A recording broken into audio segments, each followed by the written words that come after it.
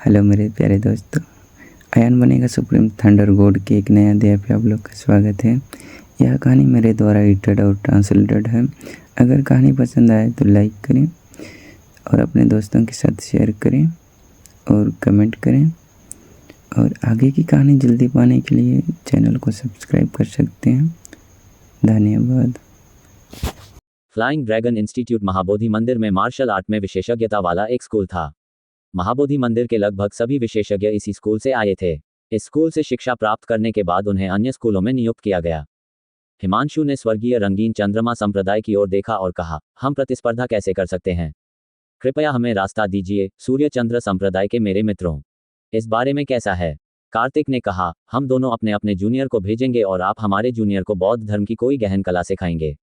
दोनों जूनियर्स के बीच की लड़ाई में जो भी मजबूत होगा वह जीत जाएगा।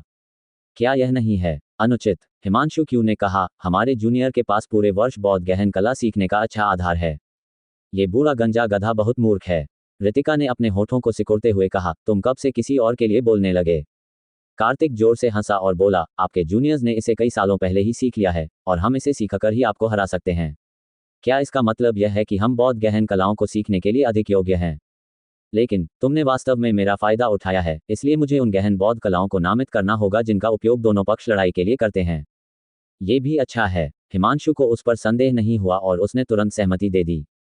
इन लोगों के इरादे खराब हैं, अयान ने धीमी आवाज में कहा। उन्होंने बौद्ध धर्म की गहन कलाएं सीखी होंगी और तैयार होकर आए होंगे।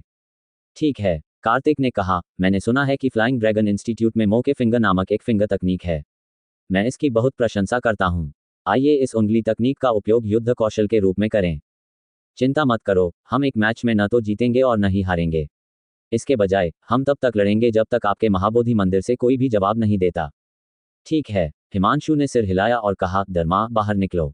शिष्य यहाँ है। दारमा ने अपनी लाठी नीचे रख दी और दोनों हाथ जोड़कर हिमांशु के पास चला गया। हिमांशु ने कहा, मोके ने बताया आप कब से सीख रहे हैं? दारमा ने कहा, ये जूनियर प्रतिभाशाली नहीं है। उनकी फूल चुनने वाली फिंगर अभी तक पूरी नहीं हुई है और मोके फिंगर ने केवल 2 साल तक अध्ययन किया है। उसने अभी अभी दरवाजे की ओर झांकना शुरू किया है। ठीक है, कार्तिक ने अयान को युद्ध करने का आदेश दिया। तब कार्तिक ने कहा, मेरे संप्रदाय का अयान एक मार्शल आर्ट प्रतिभाशाली है। उसे अपने संप्रदाय के अनमोल खजाने के बारे में जानने दो। मोके ने इशारा किया। हिमांशु ने अयान की ओर देखा और कहा, अयान ध्यान से देखो। बोलते समय हिमांशु ने अपना दाहिना हाथ हिलाया और महाबोधि मंदिर से कुछ दूरी पर अचानक एक प्राचीन 10 मीटर ऊंचा घंटा उड़कर सामने आया। हिमांशु ने अयान के दायरे पर नजर डाली और कहा, आप और दारमा दोनों मूल रिटर्न के 5वें स्तर पर हैं। वह बेचारा भिक्षु आपके क्षेत्र को मूल वापसी के 5वें स्तर तक दबा देगा। अच्छी तरह देख लो। बोलते समय हिमांशु ने अपनी आस्तीन हिलाई और तर्जनी से विशाल घंटी की ओर इशारा किया। मोके नुकीली तकनीक में 3 उंगलियां हैं। उनमें से 3 एक ही दिन में नरक में चले जाएंगे। हिमांशु ने अपनी दाहिनी तर्जनी उंगली से विशाल घंटी की ओर इशारा किया। पहली उंगली तर्जनी थी, लेकिन हिमांशु की उंगली को बाहर की ओर देखते हुए उसकी उंगली के सिरे पर युआन क्यूई संघनित हो गई और आग का निशान निकल आया। आग का निशान विशाल घंटे पर लगा, जिससे वह गड़गड़ाने लगा और जलने का हल्का निशान रह गया। कितनी कठिन घड़ी है, रितिका फुसफुसाई। इस घंटी की कठोरता में पहले से ही एक प्रामाणिक पृथ्वी ग्रेड हथियार की कठोरता होनी चाहिए। अयान ने सोच विचार कर सिर हिलाया। संयुक्त परीक्षण में अखाड़े की कठोरता की तुलना केवल कम आवृत्ति वाले हथियार से की जा सकती थी, और यह प्राचीन घंटा स्वयं पृथ्वी स्तर का था, जो अखाड़े से भी अधिक कठोर था। लेकिन यह उंगली तकनीक इतनी परिचित क्यों लग रही थी? इसके बाद हिमांशु ने अपनी दूसरी उंगली का इस्तेमाल किया। इस बार उसने अपने दाहिने हाथ से इशारा किया और देखा कि हिमांशु ने एक ज्वलंत उंगली दिखाई। ज्वलंत उंगली के बल ने प्राचीन घंटी पर प्रहार किया, जिससे एक और जलने का निशान रह गया, जो तर्जनी उंगली पर जले हुए निशान से भी अधिक गहरा था। अयान की आंखें फड़क उठीं और उसने मन ही मन सोचा, क्या ये हो सकता है? ये तीसरी उंगली है। आखिरी बार हिमांशु ने अपने दाहिने अंगूठे का उपयोग प्राचीन घंटे की ओर निशाना लगाने के लिए किया और तुरंत आग की एक किरण निकली, और वह ज्वाला किरण निरंतर थी। एक बार जब प्राचीन घंटी पर प्रहार किया गया तो उंगली का बल प्राचीन घंटी की सतह पर लगातार पड़ता रहा, जिससे जलन और अधिक बढ़ती गई। हिमांशु ने अचानक अपनी उंगली की शक्ति वापस ले ली और लगातार जलने वाली ज्वाला की किरण बंद हो गई। यह आखिरी उंगली है, हिमांशु ने कहा। अयान आओ, मैं तुम्हें मो के पॉइंटेड के मंत्र का पहला स्तर सिखाऊंगा। यदि आप पहले स्तर का अच्छी तरह से अभ्यास कर लें तो आप 3 उंगलियां भी मुक्त कर सकते हैं। यद्यपि शक्ति अपनी अधिकतम सीमा तक नहीं पहुंच सकती, फिर भी ये पहले से ही पर्याप्त है। हाँ, उस दिन स्वर्गीय रंगीन चंद्रमा आगे बढ़े और उन्होंने हिमांशु को अपने कान में फुसफुसाते हुए सुना। जब उसने ये देखा तो अयान अपने सपनों से जाग चुका था। धिक्कार है, हर्ष ने लगातार 12 परीक्षाओं में उसे नीचा दिखाने के लिए चमकती आंख का इस्तेमाल किया। तो ये बहुत गहन कला थी, मोके ने बताया। हालांकि मोके पॉइंटेड उंगली तकनीक अधिक शक्तिशाली होनी चाहिए। वह हर्ष अपनी उंगली से उसे छुड़ाने में असमर्थ था, इसलिए उसकी एक बड़ी आंख निकल गई। और उस बड़ी आंख का निश्चित रूप से बहुत गहन कलाओं से कोई लेना देना नहीं था, लेकिन ऐसा प्रतीत होता था कि वह हर्ष की साधना की कमी को पूरा करने और मौके को दूसरे रूप में मुक्त करने में सक्षम थी। दूसरे शब्दों में कहें तो हर्ष ने वास्तव में 2 युद्ध कौशल का प्रयोग किया था। एक है बड़ी आंख का अद्भुत प्रभाव होता है, आंख से मोके उंगली को मुक्त कर सकते हैं। तो यह इस तरह है, अयान को अचानक एहसास हुआ। जूनियर, याद रखना, इस समय स्वर्गीय रंगीन चंद्रमा संप्रदाय का व्यक्ति हिमांशु का मंत्र सुनकर पैर पर पैर रखकर बैठ गया और नकली तरीके से साधना करने लगा। अयान अपनी हंसी रोक नहीं सका। यह नकली अयान हर्ष के समान स्तर का था, लेकिन उसकी समग्र शक्ति वास्तव में हर्ष से बेहतर थी। हर्ष को मोके द्वारा बताए गए मंत्र का पता था और नकली अयान को भी ये पता होना चाहिए। उन्होंने बहुत समय पहले इसका अभ्यास भी किया था। महाबोधि मंदिर के सभी लोग बहुत दयालु थे और उन्होंने अयान के लिए कोई समय सीमा निर्धारित नहीं की थी, जिसका अर्थ था कि वह जब तक चाहे तब तक साधना कर सकता था। अप्रत्याशित रूप से शुद्ध धर्मा अभी भी अयान के बगल में समझा रहा था और कहा, आप लोग मोके उंगली चुनने में बहुत चतुर नहीं हैं। मोके फिंगर सीखने के लिए आपको सबसे पहले बुनियादी फिंगर तकनीक सीखनी होगी, जैसे कि वज्र फिंगर, फिर फ्लावर फिंगर और फिर मोके फिंगर। आप इसे सीधे मोके पॉइंटेड सीखकर सीख सकते हैं, लेकिन इसकी शक्ति लकड़ी के टुकड़े को भेदने के लिए पर्याप्त नहीं है। आह, यह मूर्ख बच्चा, अयान ने असहाय होकर आह भरी। स्वर्गीय रंगीन चंद्रमा संप्रदाय यहाँ अपनी अधूरी बौद्ध गहन कलाओं का आदान प्रदान करने के लिए आए थे। आप कैसे हैं? बस उन्हें बताएं कि कैसे सीखें और उनमें क्या कमी है। अच्छा भाई, क्या आपको लगता है कि वह सीख सकता है? रितिका ने अयान के कान में फुसफुसाया। अयान ने व्यंग्यपूर्वक कहा, निश्चित रूप से। चूंकि उन्होंने मोके फिंगर को चुना है, इसलिए उन्हें महान शक्ति वाली वज्र फिंगर और फूल चुनने वाली फिंगर के मार्शल कौशल में अवश्य ही महारत हासिल होगी। आधे घंटे बाद नकली अयान खड़ा हुआ और बोला, ये जूनियर पहले ही यह सीख चुका है। ये सुनकर पूरा महाबोधि मंदिर स्तब्ध रह गया। हिमांशु भी अचंभित रह गया और बोला, ये कैसे संभव है? आओ और देखो। स्वर्गीय रंगीन चंद्रमा संप्रदाय के व्यक्ति ने दूर से गू झोंक की ओर अपनी तर्जनी उंगली से इशारा किया। तुरंत ही एक गोली निकली, जो गू झोंक पर लगी और पीछे एक हल्का निशान छोड़ गई। मूल रिटर्निंग दायरे के 5वें स्तर का उपयोग करने वाले हिमांशु की तुलना में उन्होंने जो मोके फिंगर छोड़ा वह हिमांशु के आधे से भी कहीं अधिक निम्न था। ऐसा इसलिए था क्योंकि उसने मंत्र का केवल प्रथम स्तर ही सीखा था। स्वर्गीय रंगीन चंद्रमा संप्रदाय के व्यक्ति ने अपनी मध्यमा अंगुली दिखाई और एक ज्वाला निकली, जो प्राचीन घंटे से टकराए। पीछे एक और जलने का निशान छोड़ गया। स्वर्गीय रंगीन चंद्रमा आदमी थोड़ा मुस्कुराया, यह सिर्फ एक प्रतिभा है। मैंने अभी तक ये तीसरी उंगली नहीं सीखी है। दारमा की आंखें आश्चर्य से चौड़ी हो गईं और उन्होंने कहा, यह पहले से ही आश्चर्यजनक है। मैंने दूसरी उंगली का उपयोग करना 2 साल बाद सीखा है। महाबोधि मंदिर की दिशा पहले से ही घबराई हुई थी। उनके हृदय में बौद्ध गहन कलाओं के प्रति पूर्ण विश्वास था, किंतु आज एक विदेशी सूर्य चंद्र संप्रदाय के अनुयायी ने मोके की दूसरी उंगली की ही बात आधे घंटे में सीख ली थी। क्या इसका मतलब यह नहीं है कि बौद्ध गहन कला वास्तव में उतनी महान नहीं है? बस बात यह है कि इसकी प्रतिष्ठा झूठी है। महाबोधि मंदिर पर यह हमला निस्संदेह विनाशकारी था। वरिष्ठ भाई दारमा, मैंने आपको नाराज कर दिया है। ब्लैक सेक्ट का आदमी कुछ कदम पीछे हटा और अपनी तर्जनी से दारमा की ओर इशारा किया। दारमा जल्दी से कुछ कदम पीछे हटा और अपनी उंगली से इशारा किया। दोनों की उंगलियों की शक्ति आग के निशान में बदल गई और हवा में टकरा गई। पेन की आवाज से एक धीमी सी ध्वनि निकली, जिससे आग की लपटें भड़क उठीं। स्वर्गीय रंगीन चंद्रमा आदमी हवा में कूद गया और दोनों हाथों से गोली चला दी। उसने लगातार 2 बार इशारा किया और 2 ज्वाला उंगलियां बाहर निकल आईं। दारमा को आश्चर्य हुआ और उसने मन ही मन सोचा, जूनियर भाई नान की प्रतिभा कितनी प्रबल है। उसने अभी अभी मोके का उपयोग करना सीखा था, इसलिए उसने बड़ी कुशलता से इशारा किया। दारमा ने अपने प्रतिद्वंद्वी को कम आंकने की हिम्मत नहीं की। उन्होंने अपनी मध्यमा अंगुली की ज्वाला शक्ति की ओर भी ध्यान दिलाया। इसके बाद वे दोनों लगातार एक दूसरे की मोके उंगलियों से चकमा देते और लड़ते रहे। युद्ध के मैदान में ज्वाला की उंगलियां एक दूसरे पर क्रॉस करके हर जगह आश्चर्यजनक शक्ति के साथ प्रहार कर रही थीं। इस धर्म ने अभी अभी मोके द्वारा बताए गए मार्ग को छुआ था, इसलिए उसने अभी अभी पहला स्तर सीखा होगा। दोनों के बीच 1 दर्जन से अधिक बार मारपीट हुई। अंत में आकाश गहन संप्रदाय के व्यक्ति का शरीर टिमटिमाया, लगातार दारमा की शक्ति की 3 धाराओं को चकमा देते हुए, और उसने दारमा की भौहों के बीच के स्थान पर अपनी उंगली उठाई। ची, एक ज्वलंत उंगली ने दारमा के माथे पर दबाव डाला।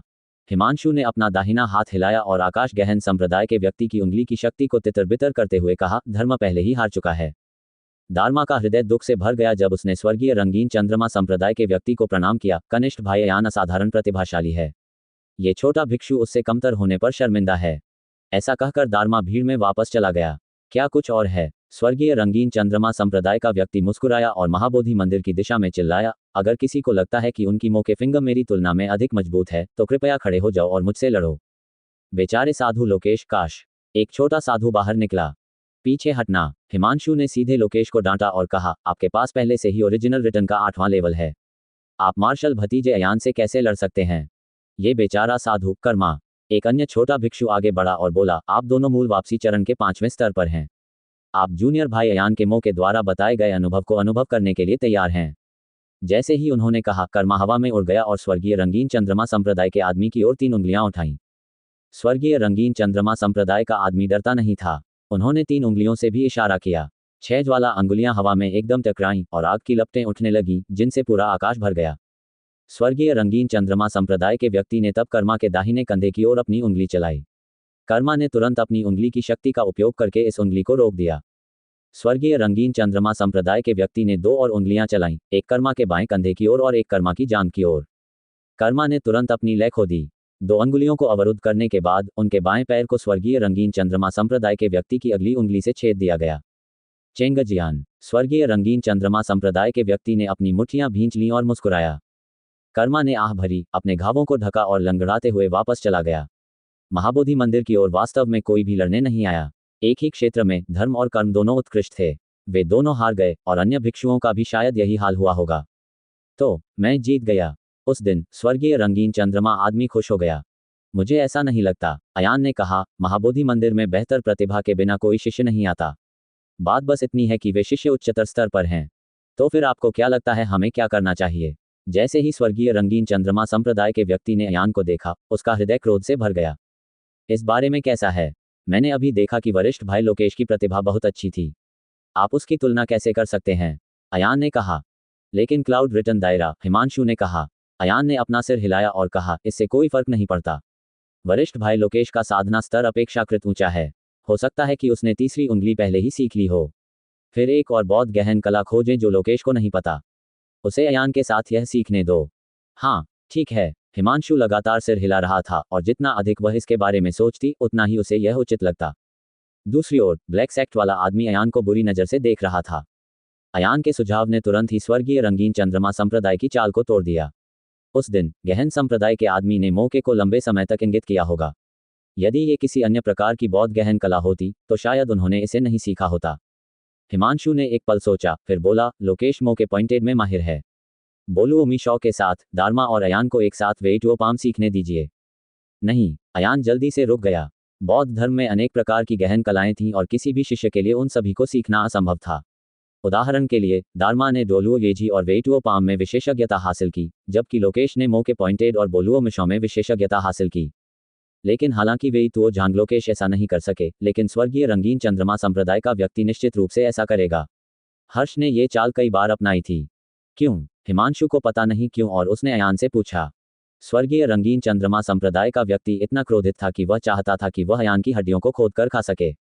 अयान ने यह बात आवेग में आकर कही थी। अब उसे कोई कारण नहीं सूझा, इसलिए उसने बलपूर्वक कोई कारण गढ़ा और कहा, तो फिर हमने वेटुओ पाम को कई बार देखा है, हम ऐसी हथेली तकनीक क्यों नहीं खोजते जो हमने पहले नहीं देखी है।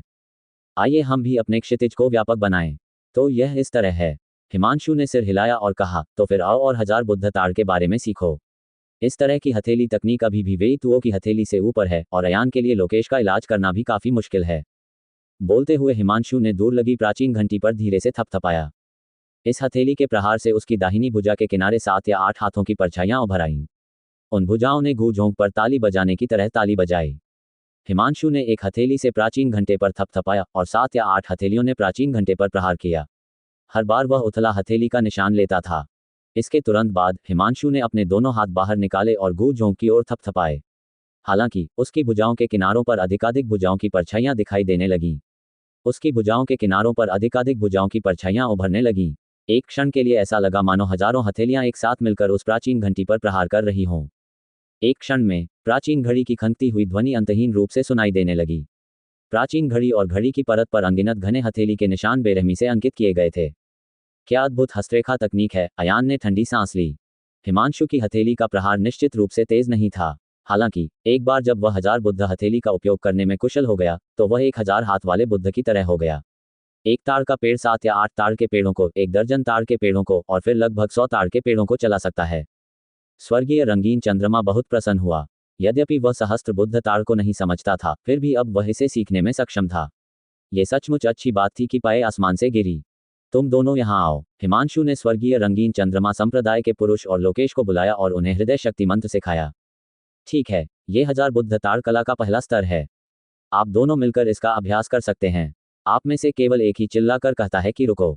चलो लड़ाई शुरू करें। आइए देखें कि कौन इसका अच्छा अभ्यास कर सकता है। हाँ, वे दोनों एक साथ ही पालथी मारकर बैठ गए और ध्यानपूर्वक अध्ययन करने लगे। अच्छा भाई, आपको क्या लगता है वे कब तक सीखेंगे? यदि वे 3 दिन और 3 रात तक सीखते रहें तो क्या यह उनके लिए बहुत उबाऊ नहीं हो जाएगा? रितिका ने अयान की बांह पकड़ ली और असंतुष्ट भाव से उसे हिलाया। अयान ने कहा, नहीं, वह नकली अयान निश्चित रूप से जल्द ही शुरू होगा। क्यों? रितिका ने उत्सुकता से पूछा। अयान ने कहा, लोकेश का बौद्ध कला में गहरा प्रभाव है, लेकिन अयान का ऐसा नहीं है। उन दोनों ने एक ही समय में 1000 बुद्ध ताड़ का अध्ययन किया, जो उन्होंने पहले कभी नहीं सीखा था। पहली चीज जिसके लिए उन्होंने संघर्ष किया वह थी प्रतिभा और समझ। एक बार जब वे दोनों 1000 बुद्ध हथेली को समझ लेंगे तो लोकेश निश्चित रूप से अपने ठोस आधार पर भरोसा करने वाला पहला व्यक्ति होगा जो अयान से कहीं आगे निकल जाएगा। ये सही है, रितिका ने ताली बजाते हुए कहा, मैंने इसके बारे में क्यों नहीं सोचा। सचमुच। 1 घंटे बाद स्वर्गीय रंगीन चंद्रमा आदमी तुरंत खड़ा हुआ और बोला, चलो शुरू करते हैं। इतनी तेजी। महाबोधि मंदिर के सभी छोटे भिक्षुओं की आंखें आश्चर्य से फैल गईं। लोकेश भी खड़ा हो गया, उसके चेहरे पर अभी भी सहस्त्र बुद्ध ताड़ का मंत्र याद आ रहा था। हिमांशु ने अपना हाथ लोकेश के कंधे पर रखा और युआन क्यूई का एक इंजेक्शन लगाया। मैंने तुम्हारी साधना को मूल क्षेत्र के 5वें स्तर तक दबा दिया है, उसने कहा। माफ कीजिए वरिष्ठ भाई लोकेश। स्वर्गीय रंगीन चंद्रमा ने अपनी मुट्ठियां भींच लीं और फिर अपनी हथेली से लोकेश पर प्रहार किया। उनका सहस्त्रबुद्ध हस्त बाहर की ओर फैला हुआ था और उनकी भुजा के पास केवल एक बहुत ही धुंधली भुजा ही दिख रही थी। न केवल ये संख्या हिमांशु की संख्या से बहुत छोटी थी, बल्कि उसकी बांह की परछाई भी स्पष्ट नहीं थी। उस लोकेश ने भी अपनी हथेली थपथपाई, लेकिन स्थिति आकाश गहन संप्रदाय के आदमी जितनी अच्छी नहीं थी। लोकेश का हाथ वास्तव में आधे से भी अधिक या अधूरा था। वे दोनों तेजी से लड़ने के लिए आगे बढ़े। जैसे जैसे अधिक से अधिक हथेलियां थपथपाई गईं, उनकी भुजाओं के दोनों ओर घनीभूत छायाओं की संख्या बढ़ती गई। जब तक दोनों पक्षों ने 20 हथेलियां मारी, तब तक स्वर्गीय रंगीन चंद्रमा संप्रदाय के व्यक्ति द्वारा पहले से ही 20 हाथ की छायाएं संघनित हो चुकी थीं, जबकि लोकेश की ओर से केवल 14 हाथ की छायाएं थीं। स्वर्गीय रंगीन चंद्रमा संप्रदाय का व्यक्ति बहुत उत्साहित था। उन्होंने मौका पाकर लोकेश को हथेली से वार करके आउट कर दिया। 10 से अधिक बार जमीन पर लौटने के बाद लोकेश लड़खड़ाकर अपने पैरों पर खड़ा हुआ। उसने अपने दोनों हाथ आपस में जोड़े और मुंह में खून भरकर थूक दिया। उसकी छाती पर पहले से ही 17 या 18 हथेलियों के निशान थे। छोटे भिक्षु, वह है, अपनी हीनता पर शर्मिंदा। लोकेश ने एक लंबी सांस छोड़ी और भीड़ में वापस चला गया।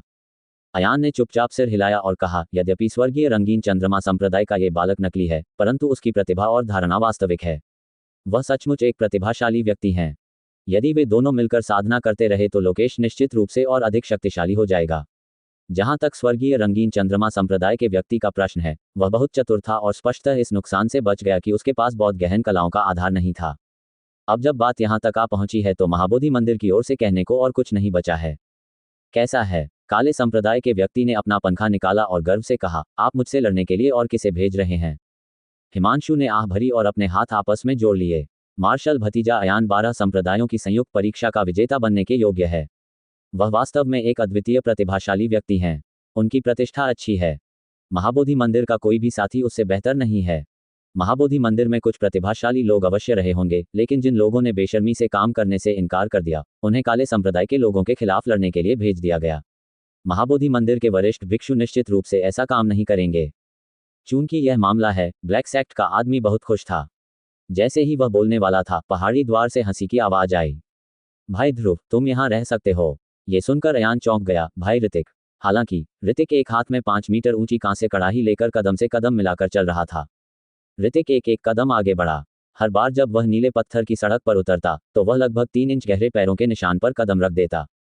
दबाव, ये राक्षस जाति है। महाबोधि मंदिर के भिक्षु तत्काल क्रोधित हो गए और एक एक करके अपने हथियार निकाल लिए।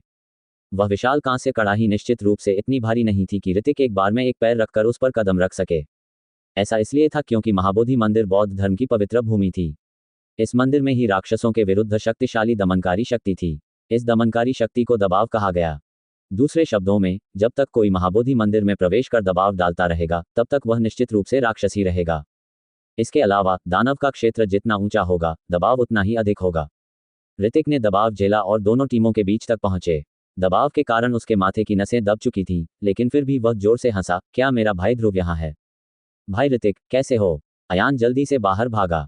महाबोधि मंदिर के भिक्षु पहले से ही ऋतिक को मारने के लिए तैयार बैठे थे। जहां तक अयान का सवाल है, वह ऋतिक को घूरता रहा और फुसफुसाता रहा, जल्दी करो, जल्दी करो, जल्दी करो। क्या तुम यहाँ आकर मौत को न्योता नहीं दे रहे हो? ऋतिक जोर से हंसा और महाबोधि मंदिर के भिक्षुओं के समूह से कहा, महाबोधि मंदिर के भिक्षुओं, आपके लिए मुझे मारना आसान है। हालांकि क्या आप मुझे मारने से पहले मेरे और भाई ध्रुव के शराब पीने का इंतजार कर सकते हैं? अयान ने चिंतित होकर कहा, भाई ऋतिक, तुम बहुत मूर्ख हो। ऋतिक ने हाथ हिलाया और मुस्कुराया। आप ऐसा नहीं कह सकते। चूंकि भाई ध्रुव के साथ मेरा 3 तरफा समझौता है, तो मुझे इसे पूरा करना ही होगा। मैं इस मुलाकात के लिए अपने साथ ब्लैक स्नैक माउथ वाइन लाया हूँ। झनकार, ऋतिक ने कांसे की कड़ाई जमीन पर गिरा दी। ये वास्तव में तीव्र शराब से भरा हुआ था। ऋतिक ने आसमान की ओर मुट्ठियां उठाते हुए कहा, मेरा पालन पोषण एक कहानीकार ने किया है। जब मैं छोटी थी, तब से मैं कहानीकारों से पैसे कमाने के लिए उनके साथ घूमती रही हूँ। उस समय मैं सिर्फ एक शेर का बच्चा था। मैं हर दिन मिस्टर के पास लेटकर उनकी बातें सुनता था। यद्यपि मैं मानव नहीं हूँ, फिर भी मानव जाति के नायकों और वीरांगनाओं की कहानियों से मैं प्रभावित हूँ। मैं उन महान नायकों की वीरतापूर्ण कोमलता के लिए तरसता हूँ। मैं उनकी वीरता और साहस की प्रशंसा करता हूँ। मैं जानता हूँ कि मानव नायकों के बीच एक कहावत है कि हर शब्द अपरिवर्तनीय होता है।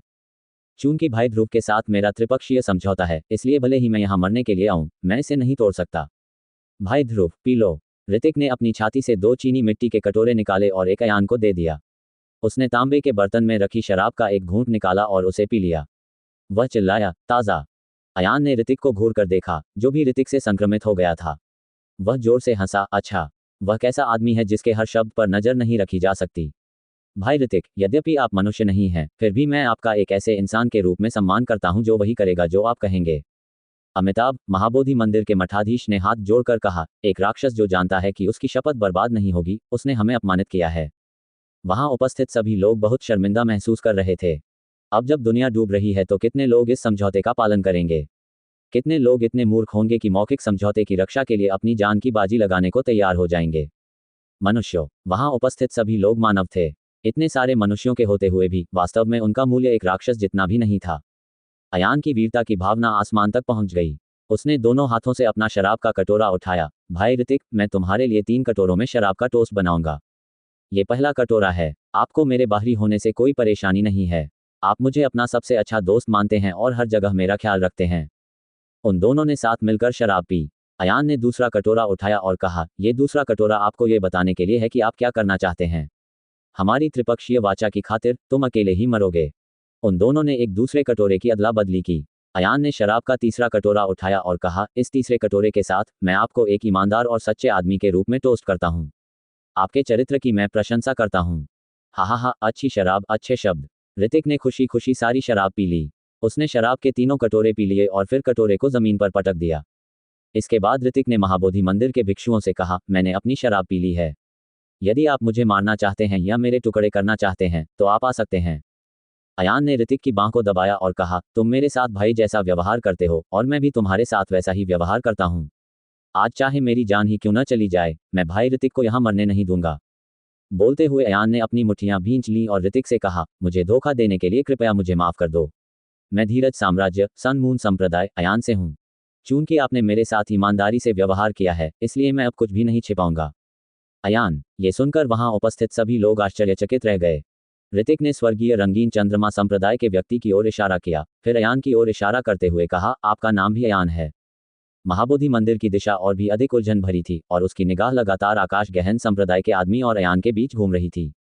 दूसरी ओर आकाश गहन संप्रदाय कुछ गड़बड़ में था। क्या उन्हें पता था कि वे नकली थे? दूसरी ओर काले संप्रदाय का आदमी अयान की ओर इशारा करके जोर से हंसा, ये सरासर बकवास है। मुझे मत बताओ कि तुम मेरा नाम लेकर महाबोधि मंदिर में मुझे धोखा देने के लिए आना चाहते हो। अयान महाबोधि मंदिर के महंत के सामने गया और एक घुटने पर बैठकर दोनों हाथ जोड़कर बोला, जूनियर अयान मार्शल अंकल को नमस्कार करता है। अयान अब स्वर्गीय दाव वृद्ध पुरुष का प्रत्यक्ष शिष्य था और स्वर्गीय दाव वृद्ध पुरुष और हिमांशु पीढ़ी के मठाधीश एक ही पीढ़ी के थे। स्वाभाविक रूप से वे अयान के मार्शल चाचा थे। मार्शल अंकल, कृपया अपने पापों का प्रायश्चित करें। अयान का तर्क बहुत कठिन है। वह अपनी पहचान स्पष्ट नहीं कर पाए हैं। हालांकि आज कोई हमारे प्रकृति के सूर्य चंद्र संप्रदाय का प्रतिरूपण कर रहा है। ये जूनियर निश्चित रूप से खड़ा होगा और हमारे प्रकृति के सूर्य चंद्र संप्रदाय का सही नाम लेगा। मठाधीश ने उत्सुकता से पूछा, अच्छा बच्चा, जल्दी उठो। तुमने कहा कि तुम अयान हो और उन्होंने कहा कि वहां जो बच्चा है वह भी अयान है। आप अपनी प्रामाणिकता कैसे साबित कर सकते हैं? अयान ने पलटकर काले संप्रदाय के व्यक्ति की ओर मुस्कुराते हुए कहा। अयान ने सूर्य चंद्र संप्रदाय में प्रवेश किया और सबसे पहले सूर्य शिखर की आईवी में शामिल हुआ। ये सच होना चाहिए, है ना? मठाधीश ने थोड़ा सिर हिलाया। मैंने इसके बारे में सुना है। चूंकि अयान का स्वामी आईवी है, अयान ने स्वर्गीय रंगीन चंद्रमा की ओर देखा और कहा, हमारी आंखें खोलने के लिए सूर्य देव तकनीक का उपयोग करें। चुप रहो। कार्तिक एक कदम आगे बढ़ा और चिल्लाया, तुम्हारी हिम्मत कैसे हुई मेरे सामने हमारे सूर्य चंद्र संप्रदाय का शिष्य होने का नाटक करने की? आज मैं कार्तिक सूर्य चंद्र संप्रदाय के मैल को साफ करने का कार्य पूरा कर लिया है। ये कहते हुए कार्तिक दहाड़ने लगा। वह अयान को वहीं मार डालना चाहता था। नहीं। हिमांशु उछलकर बाहर आया और अपने हाथ ऊपर उठाए। अचानक आकाश में 6 स्वर्ग विरोधी बुद्ध प्रकट हुए। 6 बुद्धों ने अपना दाहिना हाथ आगे बढ़ाया और नीचे दबाने ही वाले थे। इस प्रकार कार्तिक के पास पीछे हटने के अलावा कोई विकल्प नहीं था और गुस्से में कहा, सौभाग्य से आप बुरे गंजे गधे वास्तव में हमारे सूर्य चंद्र संप्रदाय को मैल साफ करने से रोकने की हिम्मत करते हैं। हिमांशु ने उसके हाथ जोड़े और कहा, जूनियर भाई मिंगचेंग, जब तक हमें पता न चल जाए कि क्या हुआ तब तक कोई कदम न उठाना ही बेहतर है। चलो भी। अयान ने स्वर्गीय रंगीन चंद्रमा संप्रदाय के शिष्यों की ओर इशारा करते हुए कहा, आओ और सूर्य देव तकनीक से देखो। स्वर्गीय रंगीन चंद्रमा आदमी शर्मा गया और कहा, ये है खांसी। सूर्य देव तकनीक एक अद्वितीय तकनीक है। हालांकि मैंने इसे मास्टर आईवी से सीखा था, लेकिन मैं इसे कभी नहीं सीख पाए। हाँ, तुम नहीं करोगे, लेकिन मैं करूंगा। अयान आगे बढ़ा और अचानक आसमान से सूर्य की एक अतुलनीय प्रचंड किरण उतरी। दिन के उजाले ने अयान के पूरे शरीर को ढक लिया, जिससे एक चमकदार रोशनी फैल गई। ये सचमुच तुम हो? महाबोधि मंदिर के महंत ने मुस्कुराते हुए सिर हिलाया। ऐसा लगता है कि आप ही असली अयान हैं। सूर्य देव तकनीक का प्रयोग करने के बाद अयान ने आदरपूर्वक अपना कमर चिन्ह मठाधीश को प्रस्तुत किया और कहा, इस कनिष्ठ ने महाबोधि मंदिर में आने के लिए मेरे संप्रदाय के बुजुर्गों की अनुमति प्राप्त कर ली है। मैंने कभी यह उम्मीद नहीं की थी कि कोई हमारे सूर्य चंद्र संप्रदाय का बुजुर्ग और शिष्य होने का दिखावा करके हमारे संप्रदाय की प्रतिष्ठा को धूमिल कर देगा। हालांकि कई वर्षों से हमारे सूर्य चंद्र संप्रदाय और महाबोधि मंदिर के बीच ज्यादा बातचीत नहीं हुई है, फिर भी वे एक दूसरे का सम्मान करते हैं। मुझे उम्मीद है कि मार्शल अंकल हमारे सूर्य चंद्र संप्रदाय को सिर्फ इसलिए कम नहीं आंकेंगे क्योंकि कोई हमारा प्रतिरूपण कर रहा है। मठाधीश प्रसन्नतापूर्वक मुस्कुराए और बोले, नहीं नहीं, आपके स्वामी रघुवीर का चरित्र तो बड़ा ही सीधा सरल है और बेचारे साधु भी उनकी बहुत प्रशंसा करते हैं। चूंकि आप अयान हैं, तो वे कौन हैं? अयान ने पलटकर व्यंग्य किया, ये सभी लोग फीनिक्स महाद्वीप और स्वर्गीय रंगीन चंद्रमा संप्रदाय से हैं। संपूर्ण महाबोधि मंदिर में अराजकता व्याप्त थी। पहले तो उन्होंने सोचा कि कोई व्यक्ति सूर्य चंद्र संप्रदाय का भेष धारण कर रहा है। अयान द्वारा इसका पर्दाफाश करने के बाद उसने उन सभी धोखेबाजों को भगा दिया। उन्होंने यह उम्मीद नहीं की थी कि सूर्य चंद्र संप्रदाय का प्रतिरूपण करने वाला व्यक्ति स्वर्गीय रंगीन चंद्रमा संप्रदाय होगा, जो सूर्य चंद्र संप्रदाय से भी अधिक शक्तिशाली था। तो क्या हुआ? क्या हम सूर्य चंद्र संप्रदाय हैं? तो क्या हुआ? आज हम यहाँ बौद्ध गहन कलाओं के आदान प्रदान के लिए एकत्रित हुए हैं। हम यहाँ किसी अन्य संप्रदाय से अधिक धार्मिक होने के लिए नहीं हैं।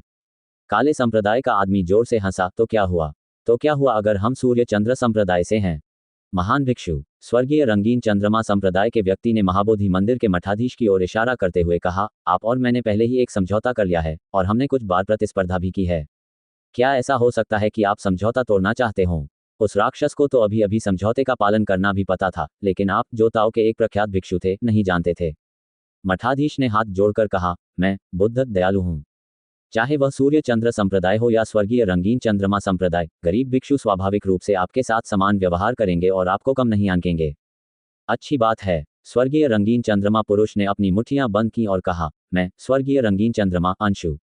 चूंकि आप अभी भी समझौते का पालन करने के लिए तैयार हैं, तो चलिए आगे बढ़ते हैं। यदि कोई मुझे पराजित नहीं कर सकता, तो आप समझौते का पालन कर सकते हैं और हमारे साथ साधना तकनीकों का आदान प्रदान कर सकते हैं। अयान जोर से हंसा और बोला, abbot Marshal uncle, Ayan Mahabodhi मंदिर के लिए अपना योगदान देने को तैयार है। अगर अयान आपके मंदिर को इस आपदा से बचाने में मदद करता है, तो मुझे उम्मीद है कि मार्शल अंकल मेरी मदद करेंगे और मेरे भाई ऋतिक को जाने देंगे। मेरे अच्छे भाई, क्या तुम मूर्ख हो? ऋतिका जल्दी से बाहर निकली और बोली, अगर आप महाबोधि मंदिर को बचा सकते हैं, तो ये कैसी दया है। यदि आप भिक्षुओं के इस समूह से साधना विधियां और औषधीय गोलियां चाहते हैं, तो वे आपको दे देंगे। मैं एक राक्षस के लिए इतना अच्छा अवसर कैसे छोड़ सकता हूं? अयान ने सिर हिलाते हुए कहा, मेरा भाई ऋतिक लापरवाह है। वह अकेले ही बौद्ध शुद्ध भूमि में प्रवेश कर गया। इस जूनियर ने केवल मार्शल अंकल से अपनी जान बख्शने की भीख मांगी थी। मठाधीश ने प्रशंसापूर्ण भाव प्रकट किया और सिर हिलाते हुए कहा, अच्छा अच्छा अच्छा बच्चा। वरिष्ठ भाई रघुवीर के प्रत्यक्ष शिष्य से जैसी अपेक्षा की जाती है, वह वास्तव में निष्ठावान एवं निष्ठावान हैं। तब मार्शल अंकल आपकी बात मानेंगे। चाहे आप जीतें या हारें, ये गरीब भिक्षु उस शेर दानव की जान बख्श देगा। धन्यवाद मार्शल अंकल। अयान खुश था। कोई आश्चर्य नहीं। दारमा ने कुछ दूर पर बार बार सिर हिलाया। मैं जंगल में उत्सुक था। मैंने बहुत समय से सुना था कि जूनियर भाई अयान एक खुले और ईमानदार व्यक्ति हैं। यदि वह एक फूल के आकार के राक्षसी पशु को मारना भी चाहता था, तो वह उसे जहर देने जैसी घृणित विधि का उपयोग कैसे कर सकता था? तो वह व्यक्ति छद्मवेश धारण कर रहा है। इस समय अंशु खड़ी हो गई और भौहें सिकुड़ते हुए बोली, आप सूर्य चंद्र संप्रदाय के सदस्य हैं। आप महाबोधि मंदिर को मुझसे प्रतिस्पर्धा करने के लिए क्यों प्रस्तुत कर रहे हैं? अयान ने पूछा, आप स्वर्गीय रंगीन चंद्रमा संप्रदाय के सदस्य हैं, आप सूर्य चंद्र संप्रदाय की आड़ में महाबोधि मंदिर क्यों आए? तुम। अंशु का चेहरा गुस्से से लाल हो गया। अयान ने कहा, मैं क्या हूं? तभी अंशु ने पैर पटकते हुए चिल्लाया, ठीक है, यदि आप मेरे साथ प्रतिस्पर्धा करना चाहते हैं तो प्रतिस्पर्धा करें। मैं यह अनुभव करना चाहता हूं कि तुम में क्या अद्भुत बात है, बच्चे। हिमांशु ने कहा, ठीक है, तो ये गरीब भिक्षु एक अन्य प्रकार की बौद्ध गहन कला का उपयोग करेगा और मार्शल भतीजे अयान और मार्शल भतीजे जिहाओ को इसे एक साथ सीखने देगा। वरिष्ठ, कृपया एक क्षण प्रतीक्षा करें।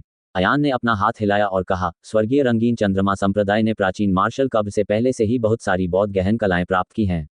जहां तक मुझे पता है, वेइटुओ पाम, फ्लावर पिकिंग फिंगर और मोके फिंगर सभी ऐसा करने में सक्षम हैं। क्या इस तरह की बात होगी? हिमांशु एक पल के लिए स्तब्ध रह गया और बोला, कोई आश्चर्य नहीं कि जूनियर मार्शल भतीजे जिहाओ ने मोके को इतनी जल्दी पहचान लिया। मैं तो कुछ समझ ही नहीं पा रहा हूं। अयान ने भौहें सिकोड़ते हुए कहा, चूंकि उनके पास पहले से ही बौद्ध गहन कलाएं हैं, तो वे महाबोधि मंदिर क्यों आएंगे? यदि हम कहते हैं कि बौद्ध गहन कलाएं प्रगतिशील हैं, तो हमें पहले प्राथमिक तकनीकें सीखनी होंगी, उसके बाद ही हम अधिक उन्नत कलाएं सीख सकते हैं। तब वे गुप्त रूप से महाबोधि मंदिर के कुछ शिष्यों को पकड़ सकते हैं और उनसे बलपूर्वक प्राथमिक तकनीकों के बारे में पूछ सकते हैं। यहां आकर शोर मचाने की कोई जरूरत नहीं है। अच्छा ऐसा है। हिमांशु को अचानक एहसास हुआ और उसने कहा, अयान आओ और देखो। जैसे ही उसने यह बात कही, हिमांशु ने प्राचीन घंटी पर थपकी दी और देखा कि एक अदृश्य हथेली ने प्राचीन घंटी पर प्रहार किया, जिससे उस पर हथेली का निशान बन गया और उसने पूछा, यह क्या है? अयान ने कहा, वेइटुओ पाम। हिमांशु ने सिर हिलाया और पुरानी घंटी थपथपाई। अचानक एक गंजा और नंगे पैर अरहत आकाश में प्रकट हुआ। अरहत आकाश से उतरे और उन्होंने अपनी हथेली से प्राचीन घंटे पर प्रहार किया, जिससे वह घंटा चूर्ण विखंडित हो गया। यह क्या है? हिमांशु ने फिर पूछा। अयान ने सिर हिलाया, इस जूनियर को नहीं पता। हिमांशु मुस्कुराया और बोला, ये भी वेइटुओ पाम है। अयान चौंक गया और बोला, ऐसा कैसे हो सकता है? वेइटुओ की हथेली के साथ भी उनके बीच का अंतर इतना बड़ा है। हिमांशु मुस्कुराया और बोला, तुम्हें कुछ नहीं पता। मेरी बौद्ध गहन कलाएं बहुत गहन हैं। प्रत्येक प्रकार की मार्शल आर्ट सीखने के बाद अंतहीन परिवर्तन होते हैं। जितना अधिक आप खेती करेंगे, आपकी खेती उतनी ही अधिक परिष्कृत होगी। एक ही युद्ध कौशल जितना अधिक शक्तिशाली और विविधतापूर्ण होगा, मूल क्षेत्र में वेइटुओ पाम का उपयोग करना उतना ही शक्तिशाली है। यदि दिव्य मार्शल क्षेत्र में वेइटुओ पाम का उपयोग किया जाए, तो यह स्वर्ग और पृथ्वी को हिला देगा। हिमांशु ने कार्तिक की ओर हाथ जोड़कर कहा, संभवतः जूनियर भाई मिंगचेंग और अन्य लोगों ने जो गहन बौद्ध कलाएं प्राप्त की हैं, वे पूर्ण नहीं हैं। उनके पास केवल युद्ध कौशल मंत्र हैं, लेकिन मंत्र के उत्तरार्ध में कोई परिवर्तन नहीं है। इसीलिए अयान ने अपना माथा थपथपाया और सोचने लगा। ये पता चला कि मार्शल टूम के मालिक ने कुछ भाग्यशाली मुठभेड़ों के कारण बौद्ध रहस्यमय तकनीक प्राप्त की थी। हालांकि उन्हें यह सब नहीं मिला। उन्होंने केवल मार्शल कौशल मंत्र प्राप्त किया, लेकिन परिवर्तन मंत्र का अभाव था। हिमांशु ने कहा, चूंकि अंशु ने पहले ही मोके फिंगर सीख लिया है, तो मार्शल भतीजे अयान, क्या आप एक गलती करने और अंशु के खिलाफ लड़ने के लिए एक बार मोके फिंगर सीखने के लिए तैयार हैं? ठीक है। अयान ने सिर हिलाया। नहीं। रितिका खड़ी हुई और बोली, मोके फिंगर सीखने के लिए आपको सबसे पहले ग्रेट स्ट्रेंथ डायमंड फिंगर, फिर फ्लावर फिंगर और फिर मोके फिंगर सीखना होगा। मेरा भाई अयान पहले 2 मार्शल कौशल नहीं समझता है। कोई समस्या नहीं, मैं उसे सिखा सकता हूँ। हिमांशु मुस्कुराया। तभी रितिका खुश हुई। अच्छा, ये सबसे अच्छा होगा यदि वे सभी बड़े भाई अयान को सिखाएं। अंशु ने व्यंग्य किया। उन्होंने बस अपना कंधा उठाया और कहा, मुझे देखना है कि आपको 3 उंगली की तकनीक सीखने में कितना समय लगेगा। मैं आपको बता दूं, मैं आपको केवल 1 दिन देता हूं। यदि आप इन्हें नहीं सीख सकते, तो आप हार जाएंगे। आप समय क्यों निर्धारित कर रहे हैं? रितिका ने कहा। इसका जिक्र मत करो। अयान ने कहा, 1 दिन काफी है। अयान, महान शक्ति वज्र अंगुली और अंगुली कला को ध्यान से सुनो। हिमांशु ने अयान के कान में फुसफुसाया। अयान ने यह सुनकर सिर हिलाया और कहा, इस जूनियर ने इसे याद कर लिया है। हिमांशु ने ऐसा इसलिए किया क्योंकि वह पक्षपात नहीं करना चाहता था। चूंकि अंशु को पहले ही मौके का इशारा पता चल चुका था, इसलिए वह अयान के साथ गलत व्यवहार नहीं कर सकता था। इस कार्य से अयान हृदय में अत्यंत कृतज्ञ हो गया। अयान पालथी मारकर बैठ गया और वज्र अंगुली की साधना करने लगा। यह महान शक्ति हीरा उंगली सबसे प्रवेश स्तर बहुत गहन कला थी। ये कहा जा सकता है कि यह भौतिक शरीर की शक्ति पर निर्भर था। इसलिए सभी मार्शल कलाकार आसानी से इस उंगली तकनीक को सीख सकते हैं। अयान ने अपनी युआन क्यूई को महान शक्ति हीरा उंगली की तकनीक के अनुसार प्रसारित किया। उसने पाया कि युआन क्यू उसकी उंगलियों पर इकट्ठा हो गया था और उसे लगा कि उसकी उंगलियां तलवार की नोक की तरह दृढ़ और तेज थीं। वह अपने हृदय में स्तब्ध हुए बिना न रह सका। ये साधारण सी दिखने वाली वज्र अंगुली वास्तव में शक्तिशाली थी। लेकिन फिर अयान को पता चला कि वज्र अंगुली की साधना करना बहुत आसान था, लेकिन अगले स्तर तक पहुंचना और भी कठिन था। अयान को वज्र अंगुली सीखने में 10 सेकंड से भी कम समय लगा, लेकिन वह इसे और मजबूत बनाना चाहता था, लेकिन वह इसे पूरा नहीं कर सका। प्रगति बहुत धीमी थी। हिमांशु ने जानबूझकर अयान को अयान के बगल में बोलने का निर्देश दिया ताकि सभी को बौद्ध गहन कलाओं के बारे में कुछ पता चल सके। बौद्ध गहन कलाएं सुव्यवस्थित ढंग से प्रगति कर रही हैं। यह एक ऊंची इमारत के लिए नींव बनाने जैसा है। नींव जितनी मजबूत होगी, उतनी ही ऊंची नींव बनाई जा सकेगी। मर्त्य दाओमो के उंगली अनंत है, लेकिन यह वज्र उंगली और फूल चुनने वाली उंगली को कम आंकती है। इसलिए मॉर्टल दाओमो के इंडेक्स 10 वर्षों से कड़वाहट से बढ़ रहा है, लेकिन ये धीरे धीरे बढ़ा है। दूसरी ओर, यदि आप वज्र उंगली और फूल चुनने वाली तर्जनी को 10 वर्षों तक साधना करते हैं, तो मोके फिंगर की शक्ति स्वाभाविक रूप से नाटकीय रूप से बढ़ जाएगी। अयान का दिल कांप उठा जब उसने मन ही मन सोचा, तो ऐसा ही है। हिमांशु ने कहा, आमतौर पर हम बौद्ध भिक्षुओं को फूल उंगली को चुनने से पहले महान शक्ति वज्र उंगली को पूर्णता तक परिष्कृत करने की आवश्यकता होती है और मोके फिंगर सीखने से पहले फूल उंगली को चरम तक परिष्कृत करने की आवश्यकता होती है। मार्शल भतीजे अयान अब केवल दूसरों के साथ प्रतिस्पर्धा कर रहे हैं। इस आदेश का पालन करने की कोई आवश्यकता नहीं है, बस महान शक्ति वज्र उंगली को एक छोटी सी सफलता मिली है। दरवाजे पर झांकने के लिए एक फूल उंगली उठाकर आप मोके फिंगर सीखने जा सकते हैं। हालांकि इस तरह के कृत्य से मोके फिंगर की शक्ति बहुत कम हो जाती है, लेकिन ये पर्याप्त है। दूसरे शब्दों में, अयान पहले से ही फूल चुनने वाली उंगली की खेती शुरू कर सकता था, लेकिन ऐसा कहने के बावजूद अयान अपने दिल में बहुत अनिच्छुक था। चूंकि वह अभ्यास करना चाहता था, इसलिए स्वाभाविक रूप से उसे बेहतर अभ्यास करना पड़ा। हालांकि उन्हें तुरंत पता चल गया कि यह बहुत कठिन था। वज्र अंगुली की खेती करना जमीन खोदने के लिए फावड़े का उपयोग करने जैसा था। शुरुआत में मिट्टी बहुत ढीली थी और उसे आसानी से खोदा जा सकता था। मिट्टी अधिक ठोस थी और आगे खुदाई करना कठिन था, लेकिन यदि वह आगे खुदाई जारी रखता तो वह चट्टान की सतह तक खुदाई करने में सक्षम हो जाता। अयान चट्टान स्तर के चरण में था, इसलिए चाहे वह कितनी भी मेहनत क्यों न करे, परिणाम नगण्य ही होंगे। फूजी के अनुसार इस स्तर पर वज्र फिंगर पहले से ही एक छोटी सफलता थी। यदि कोई उच्चतर स्तर तक पहुंचना चाहता है तो उसे एक शब्द की आवश्यकता होगी, परिश्रम। पीसना, तड़का लगाना है, दिन प्रतिदिन, वर्ष दर वर्ष कड़वी खेती, जैसे टपकते पत्थर चुभ रहे हों। ये बहुत कठिन है, लेकिन मुझे हमेशा लगता है कि मैं इस उंगली तकनीक से एक कदम आगे जा सकता हूँ। हालांकि अगर मैं इसे प्रसारित करने के लिए बौद्ध धर्मग्रंथ का उपयोग करता हूँ, तो मैं कभी भी कोई ताकत नहीं लगा पाऊंगा। बौद्ध तकनीक मजबूत और गहन थी, लेकिन फिर भी यह वह प्रभाव प्राप्त नहीं कर सकी जो अयान चाहता था। इस समय अयान के दिमाग में एक साहसिक विचार आया। वज्र अंगुली को सक्रिय करने के लिए सूर्य देव तकनीक का उपयोग क्यों न किया जाए, जो बौद्ध तकनीक से भी अधिक शक्तिशाली है। अयान ने इसके बारे में सोचा और तुरंत ऐसा कर दिया। एक क्षण में आसमान से गर्म धूप बरसने लगी और अयान को घेर लिया। सूर्य की इस किरण को मार्गदर्शक प्रकाश कहा गया। ये सूरज की तपिश कम करने से अलग था। जब तक कोई व्यक्ति सूर्य देव तकनीक का प्रयोग करता रहेगा, तब तक वह गर्म सूर्य का प्रकाश प्राप्त करने में सक्षम रहेगा। महाबोधि मंदिर और स्वर्गीय रंगीन चंद्रमा संप्रदाय की ओर से जब लोगों ने ये दृश्य देखा तो वे आश्चर्यचकित हुए बिना नहीं रह सके। अयान बहुत खुश हुआ। निश्चित रूप से बौद्ध मार्शल कौशल को सक्रिय करने के लिए सूर्य देव तकनीक का उपयोग करना अधिक उपयुक्त था। उसने महसूस किया कि उसकी वज्र अंगुली की शक्ति अचानक बढ़ गई है और ये लगातार बढ़ रही है। हालांकि इस गति ने अभी भी अयान को थोड़ा असंतुष्ट कर दिया। उन्हें लगा कि वे आगे भी सुधार कर सकते हैं, तो फिर समस्या क्या थी? हृदय सूत्र। अयान को अचानक ये ख्याल आया। उन्होंने बौद्ध तकनीक को सूर्य देव तकनीक में बदल दिया था, लेकिन वह जो हृदय सूत्र प्रयोग कर रहे थे, वह अभी भी वही हृदय सूत्र था जो हिमांशु ने उन्हें दिया था। उन्होंने 18 काल कोठरियों में वृद्ध भिक्षु द्वारा दिए गए महान स्वतंत्रता सूत्र का उपयोग क्यों नहीं किया? ये सोचकर अयान ने हृदय सूत्र को महान स्वतंत्रता सूत्र में बदल दिया और वज्र उंगली का परिसंचरण तुरंत अतुलनीय रूप से सुचारू हो गया। ये बहते बादलों और बहते पानी जैसा था। वज्र फिंगर की ओर अयान की उपलब्धियां तेजी से बढ़ती रहीं। हिमांशु ने अयान की साधना को नजदीक से महसूस किया, लेकिन उसके चेहरे पर अतुल्य आघात था। उसके दाहिने हाथ के इशारे से दूर से एक प्राचीन घंटी उसकी ओर उड़कर आई। अयान ने अपनी आंखें बंद कर लीं और अपनी तर्जनी उंगली को प्राचीन घंटी पर दबाया, फिर धीरे से खिसकने लगा। ये प्राचीन घंटी एक पृथ्वी स्तर का प्राथमिक हथियार थी, लेकिन जब अयान ने अपनी उंगली से इसे खिसकाया तो मलबे के टुकड़े वास्तव में उखड़ गए। ये अद्भुत है, लोकेश चिल्लाया। छोटे भाई अयान ने तो बस यह उंगली उगाई है, लेकिन यह मेरी 3 साल की मेहनत से भी बेहतर है। अयान खुद बहुत खुश था। वह जानता था कि उसके वर्तमान क्षेत्र में उसकी वज्र अंगुली पहले ही बड़ी सफलता प्राप्त कर चुकी है।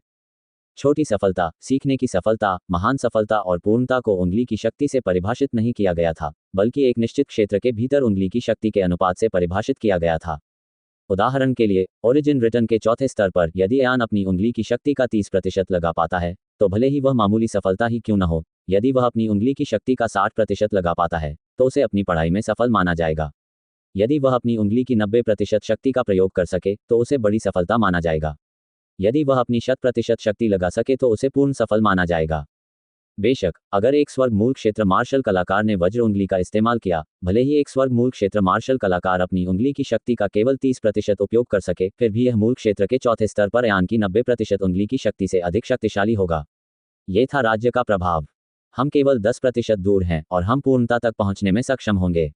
अयान अभी भी हार मानने को तैयार नहीं था। अंत में उसे जो कुछ भी कहा उसका अभ्यास करना पड़ा।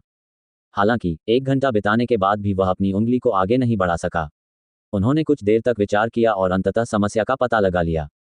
इस समय अयान को घेरने वाली गर्म धूप अचानक एक दमकती धूप में बदल गई। शांत अवस्था में अयान ने अपनी वज्र अंगुली से प्राचीन घंटे को बजाया। इस बार यह मलबा नहीं, बल्कि लोहे की सलाखें थीं। वास्तव में उन्होंने उस प्राचीन घंटी पर अपने खून और मांस से एक बहुत उथली खाई बना दी थी। उत्तम, अयान बहुत खुश हुआ। हिमांशु हक्का बक्का होकर अयान को देखने लगा। लगता है कि मेरे कनिष्ठ मार्शल भतीजे अयान का जन्म मेरी बौद्ध गहन कलाओं को विकसित करने के लिए हुआ है। जब ये बेचारा साधु आपके स्तर पर है, तो इसकी उंगली की शक्ति आपकी आधी भी नहीं है। अयान ने गहरी सांस ली और फिर फूल चुनने वाली उंगली सीखने चला गया। उन्होंने फूल चुनने वाली उंगली को सक्रिय करने के लिए सूर्यदेव तकनीक और महान स्वतंत्रता शास्त्र का भी उपयोग किया। निश्चित रूप से उन्होंने फूल चुनने वाली उंगली को भी सफलतापूर्वक परिष्कृत किया और फिर मो के फिंगर सीखने चले गए। मो की उंगली अधिक शक्तिशाली है। अयान ने पहली उंगली सीखने के लिए 1 घंटा, दूसरी उंगली सीखने के लिए 1 घंटा, तीसरी उंगली सीखने के लिए 2 घंटे का उपयोग किया। जब अयान की पढ़ाई खत्म हुई तो उसे एहसास हुआ कि शाम हो चुकी है। आप क्या कर रहे हैं? मैं अब और इंतजार नहीं कर सकता, अंशु ने अधीरता से आग्रह किया। आप क्या आग्रह कर रहे हैं? रितिका ने डांटते हुए कहा। मुझे नहीं मालूम कि तुम्हारा मो के फिंगर कितने महीनों से सीख रहा है। मेरा भाई अयान केवल आधे दिन से ही सीख रहा है, लेकिन आप अब और इंतजार नहीं कर सकते। तुम सचमुच बेशर्म हो। तुम किस बारे में बात कर रहे हो? अंशु क्रोधित हो गया। फुफ, इस समय अयान ने एक लंबी सांस छोड़ी और खड़ा हो गया। ठीक है, चलो भी। अंशु ने एक कदम आगे बढ़कर अपनी तर्जनी से मौके की पहली उंगली की ओर इशारा किया। इस उंगली ने आग का निशान दिखाया और अयान की ओर गोली चलाई। अयान ने गहरी सांस ली और अपनी पहली उंगली दिखाई। इसे नरक में प्रवेश करना कहा गया। ये भी एक आग का निशान था। अयान और अंशु दोनों की उंगलियों के निशान आग के निशान के रूप में थे, लेकिन अयान के आग के निशान और भी अधिक गर्म और ठोस थे। दोनों ही अग्नि के निशान थे, लेकिन अयान की अग्नि के निशान वाली उंगली की शक्ति ने अंशु की उंगली की शक्ति को विनाशकारी गति से तुरंत कुचल दिया। वह अंशु चौंक गई और जल्दी से 3 उंगलियां हिला दी। ये तीनों उंगलियां अयान की उंगली की शक्ति को खत्म करने के लिए ऊपर उठ गईं। हा, बड़ा भाई अयान बहुत शक्तिशाली है। 1 उंगली 4 उंगलियों के खिलाफ। रितिका ने उत्साह में ताली बजाई। ये ऐसा हो ही नहीं सकता। इसका कोई मतलब नहीं है। अंशु की आंखें क्रोध से लाल थीं और उसने ऐसी क्रूर वास्तविकता को स्वीकार करने से इनकार कर दिया। जहां तक लोकेश दार्मा और उनके 2 बड़े भाइयों का सवाल है, तो वे एक दूसरे की ओर आश्चर्य के भाव से देखने लगे। मुझे विश्वास नहीं हो रहा। पहली उंगली कितनी भी मजबूत क्यों ना हो, इससे क्या फर्क पड़ता है? मेरी दूसरी उंगली देखो। अंशु ने अयान की ओर अपनी दाहिनी मध्यमा उंगली दिखाई। इसे नरक में प्रवेश करना कहा गया। उसकी उंगली की शक्ति अब आग का निशान नहीं, बल्कि ज्वाला बन गई थी। अयान ने अपनी दूसरी उंगली भी दिखाई और 1 उंगली बल की ज्वाला उभरी। 2 उंगली बल की लपटें हवा में टकराईं। अयान के उंगली बल ने अंशु के उंगली बल को तुरंत नष्ट कर दिया। अंशु इतना डर गया कि वह बार बार पीछे हट गया और 3 उंगलियां दिखाने लगा। हालांकि ये 3 उंगलियां अभी भी अयान की उंगली शक्ति को नष्ट करने में असमर्थ थीं। अंशु ने अपनी चौथी उंगली दिखाई और अयान की उंगली की शक्ति को रद्द कर दिया। इस समय सभी लोग और भी अधिक हैरान थे। जब वह नर्क में गया तो अंशु ने अयान की उंगली को रद्द करने के लिए 4 उंगलियों का इस्तेमाल किया, लेकिन जब वह नर्क में गया तो उसने अयान की उंगली को रद्द करने के लिए 5 उंगलियों का इस्तेमाल किया। मैं इस पर विश्वास नहीं करता। अंशु ने जबरदस्ती अपनी तीसरी उंगली का इस्तेमाल किया। मूलतः अंशु ने ये तीसरी उंगली नहीं सीखी थी, लेकिन उसने अपनी उंगली की शक्ति को सक्रिय करने के लिए युआन क्यूई का बलपूर्वक उपयोग किया। उसने देखा कि उसका अंगूठा ऊपर की ओर उठा और उसकी उंगलियों पर एक ज्वाला संघनित हुई, जिसके बाद ज्वाला की एक किरण निकली। हालांकि ज्वाला की किरण केवल एक नूडल जितनी मोटी थी और यह दहने और ज्वाला की चिंगारी में बदलने से पहले केवल आधे मीटर से भी कम दूरी तक ही बाहर निकली। मौके ने इशारा किया। मौके द्वारा बताए गए मंत्र के अनुसार अयान ने एक कदम आगे बढ़ाया और युआन क्यूई को एक विशिष्ट तरीके से अपनी शिरोबिंदु में प्रसारित किया। युआन क्यूई उसकी उंगलियों पर संघनित हो गई, जिससे उंगलियां तुरंत चमकदार लपटों के साथ चमकने लगीं।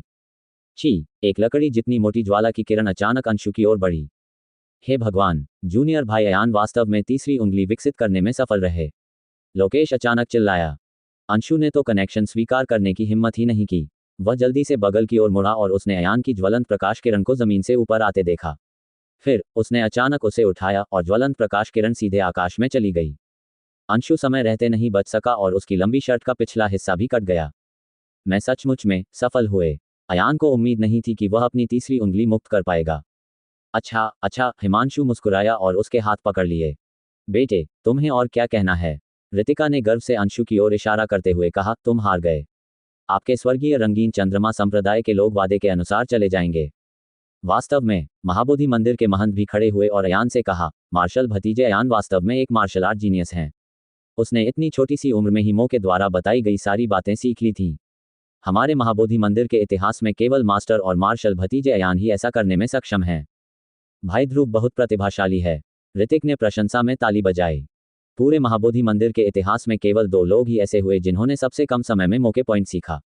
एक मठाधीश का गुरु था जो ड्रैगन कैरेक्टर जनरेशन का वरिष्ठ भिक्षु था और दूसरा अयान था। मुझे विश्वास नहीं होता, अंशु ने गुस्से से कहा। अयान ने मोके का इशारा बहुत पहले ही सीख लिया होगा। यहाँ दिखावा बंद करो, बदबूदार भिक्षुओं, क्या तुम मुझ पर विश्वास करते हो? बकवास बंद करो। यदि आप स्वयं ऐसा नहीं कर सकते तो क्या आप किसी अन्य को ये दोष दे सकते हैं कि वह आपसे अधिक शक्तिशाली है? रितिका ने उपहास किया। हालांकि हिमांशु हैरान था और उसने अयान से कहा, जूनियर मार्शल भतीजे अयान, मैं तुमसे कुछ पूछना चाहता हूँ। आपको ईमानदारी से जवाब देना होगा। क्या आपने पहले मौके पॉइंटिंग सीखी है? नहीं, अयान ने अपना सिर हिलाया। हिमांशु ने कहा, यह अजीब है। यदि आपने इसे नहीं सीखा है तो आपने आधे दिन में मौके पॉइंट के बारे में सब कुछ क्यों सीखा? ये सामान्य बुद्धि के विरुद्ध है। अयान असहाय था और केवल इतना ही कबूल कर सका कि उसने गुप्त रूप से सूर्य देव तकनीक और महान स्वतंत्रता शास्त्र का उपयोग किया था। सर्वोच्च नेत्र तकनीक कुछ भी नहीं थी, लेकिन महाबोधि मंदिर में महान स्वतंत्रता शास्त्र केवल एक निश्चित तकनीक थी। महान स्वतंत्रता ग्रंथ शब्द सुनकर महाबोधि मंदिर के सभी भिक्षु क्रोधित हो गए। अयान जानता था कि इस मामले पर बात करना उसके लिए निश्चित रूप से नुकसानदेह होगा, लेकिन हिमांशु ने उसके साथ बहुत अच्छा व्यवहार किया। वह ईमानदारी से उसे युद्ध कौशल सिखाने के लिए तैयार था और वह उससे यह बात छिपा नहीं सकता था। हिमांशु का चेहरा पीला पड़ गया था, लेकिन थोड़ी देर बाद उसने एक लंबी सांस छोड़ते हुए कहा, कनिष्ठ भाई करुण हमारे महाबोधि मंदिर का पापी है। बौद्ध धर्म के सभी अनुयायियों को उनके पास जाने की अनुमति नहीं है। हृदय सूत्र सहित उनकी सभी युद्ध तकनीकों को सीखने की तो बात ही छोड़ दें। भूल जाओ, मार्शल भतीजा अयान हमारे बौद्ध संप्रदाय से नहीं है, इसलिए इस नियम से बंधे रहने की कोई आवश्यकता नहीं है। ये सुनकर अयान ने राहत की सांस ली। मठाधीश आगे बढ़े और बोले, कोई बात नहीं, ये बौद्ध धर्म में मार्शल भतीजे अयान का भाग्य है। ये देखा जा सकता है कि वह एक गहन बौद्ध भाग्य वाला व्यक्ति है। जहां तक उनके द्वारा कनिष्ठ भाई करुण के साथ गुप्त रूप से हृदय सूत्र सीखने की बात है, तो इस पर आगे बढ़ने की कोई आवश्यकता नहीं है। हिमांशु ने अयान से पूछा, तो फिर छोटे भाई करुण, क्या तुमने अपना मौके फिंगर पास कर दिया है? अयान ने दृढ़ता से अपना सिर हिलाया। इस जूनियर की झूठ बोलने की हिम्मत नहीं है। चाचा करुण ने ही मुझे महान स्वतंत्रता शास्त्र सिखाया था। इसके अलावा उन्होंने मुझे कभी कोई चाल नहीं सिखाई। हाँ, जूनियर भाई बहुत नियमबद्ध हैं। हिमांशु ने सिर हिलाया और स्वर्गीय रंगीन चंद्रमा संप्रदाय से कहा, आप हार गए हैं। कृपया जाए। हाँ, तुम सब मिलकर गाओ। कितना अच्छा शो है। अंशु ने पीछे हटने से इनकार कर दिया और कहा, अयान ने कहा कि उसने महान स्वतंत्रता शास्त्र सीखा है, इसलिए मुझे उस पर विश्वास करना होगा। मैं कैसे जानूं कि वह बकवास तो नहीं कर रहा है? तुम बदबूदार साधुओं ने हमें धोखा देने के लिए अयान के साथ सांठगांठ कर ली होगी। मुझे विश्वास है कि अयान ने मौके इशारा सीखा है। तुम इतने बदमाश क्यों हो? रितिका ने कमर कसते हुए कहा, भाई अयान ने इसे नहीं सीखा, तो क्या हुआ अगर उसने सीखा? क्या आपने भी इसे नहीं सीखा? आप किसी और का नाम क्यों लेंगे? नहीं, अंशु ने हाथ हिलाकर कहा, अगर मुझे विश्वास नहीं है तो मैं नहीं कर सकता। ये खेल गिनती में नहीं आता। या तो अयान महान स्वतंत्रता ग्रंथ का मंत्र बोले और हमें इसकी प्रामाणिकता सत्यापित करने दे, या फिर हम एक और दौर खेलेंगे। अयान ने हंसते हुए कहा, यदि आप महान स्वतंत्रता ग्रंथ सीखना चाहते हैं तो बस इसे कहें। इसमें गोलमोल बातें करने की कोई जरूरत नहीं है। क्या आप चाहते हैं कि मैं आपको सूर्य देव तकनीक भी सिखाऊं? बेशक अंशु जानता था कि अयान उसका मजाक उड़ा रहा था। उन्होंने कहा, व्यंग्य करना बंद करो। तो फिर चलो एक और राउंड खेलते हैं। हिमांशु ने उसके हाथ जोड़े और अंशु से पूछा, अगले दौर में तुम किस तरह का मार्शल कौशल सीखने की योजना बना रही हो? तभी आप विश्वास करेंगे कि मार्शल भतीजे अयान ने इसे नहीं सीखा है। अंशु ने आंखें घुमाते हुए कहा, बेशक मुझे सबसे गहरी बौद्ध कला सीखनी होगी, तभी मैं यह मान पाऊंगा कि अयान ने इसे कभी नहीं सीखा है। परम भगवान की बौद्ध गहन कला। तुम फिर से गुप्त रूप से अन्य लोगों की मार्शल आर्ट सीखने जा रहे हो। रितिका ने उपहास किया। रितिका पहले तो अंशु के बारे में कुछ और कहना चाहती थी, लेकिन उसने आंखें घुमाईं और सोचा कि यह बुरा नहीं है। अयान एक अन्य प्रकार की गहन बौद्ध कला सीख सकता था। अंशु ने अपना पंखा हिलाते हुए कहा, मैंने सुना है कि प्रज्ञा हस्तरेखा बौद्ध गहन कलाओं में सर्वश्रेष्ठ हस्तरेखा तकनीक है। क्या सीनियर हिमांशु हमें प्रज्ञा पाम का मंत्र सिखाएंगे? मार्शल अंकल, आप ऐसा नहीं कर सकते। अयान चौंक गया। प्रज्ञा पाम महाबोधि मंदिर की सर्वोच्च तकनीकों में से एक है। इसे आसानी से बाहरी लोगों को कैसे दिया जा सकता है? कोई फर्क नहीं पड़ता कि। हिमांशु ने कहा, प्रज्ञा हस्तकला के 9 स्तर हैं। पहले 3 स्तर चाले हैं और अंतिम 6 स्तर चाले हैं। मैं तुम्हें केवल प्रथम स्तर ही सिखाऊंगा। तुम दोनों एक साथ सुनो। अयान और अंशु हिमांशु के पास गए और ध्यान से सुनने लगे। इस समय कार्तिक की आवाज ध्वनि संचरण तकनीक के माध्यम से जिहाओ के कानों में प्रवेश कर गई।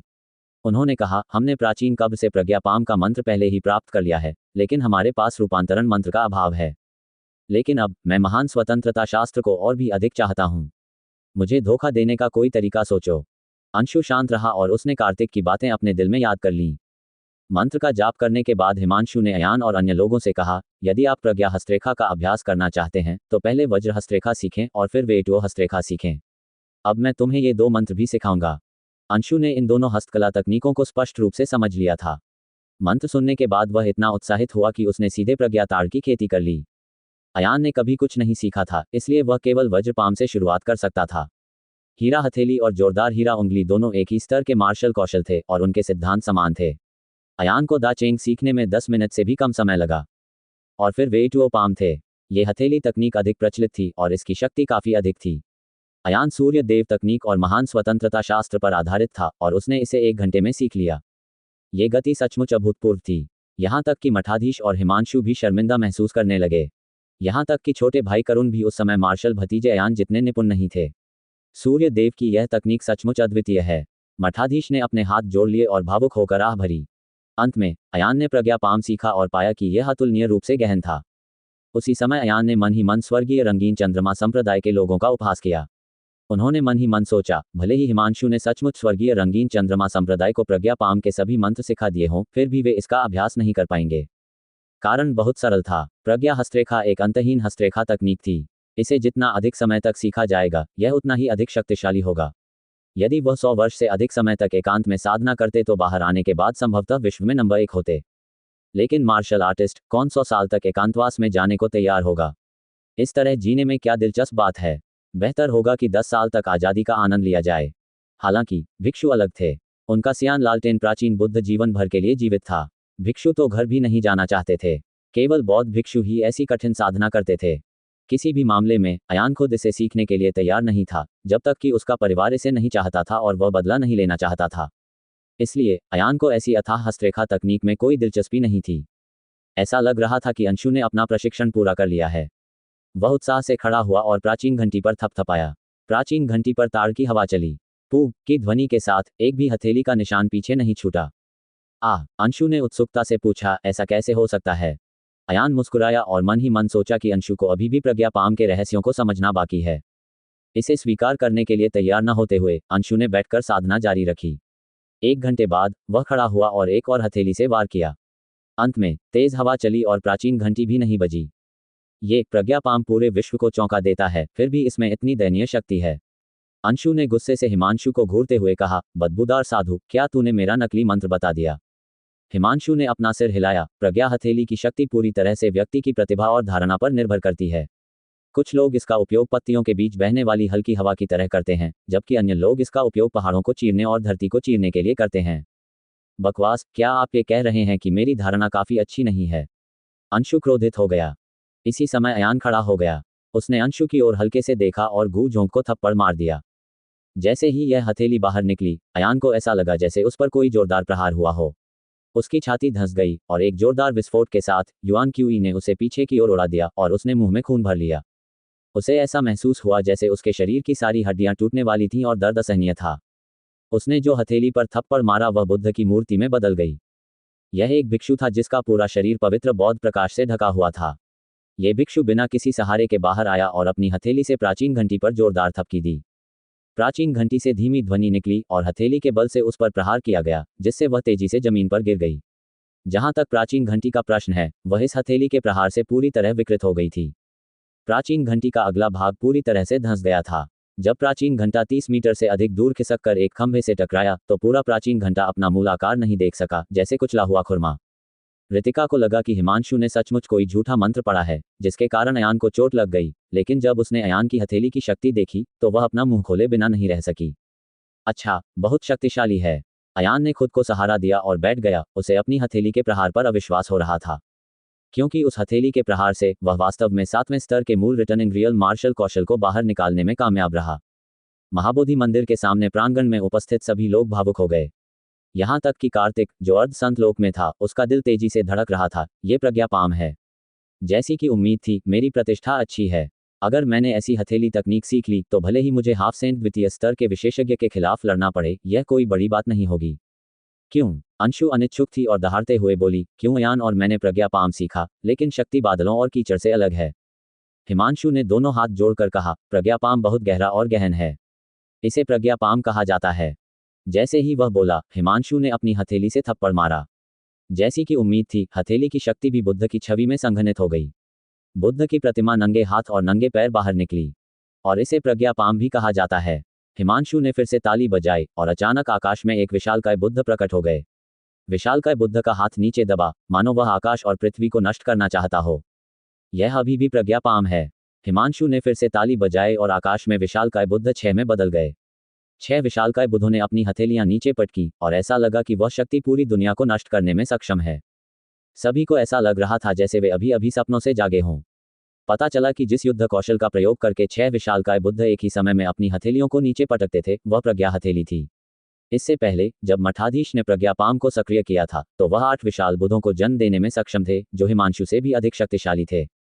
इस बार अंशु के पास कहने को कुछ भी नहीं था।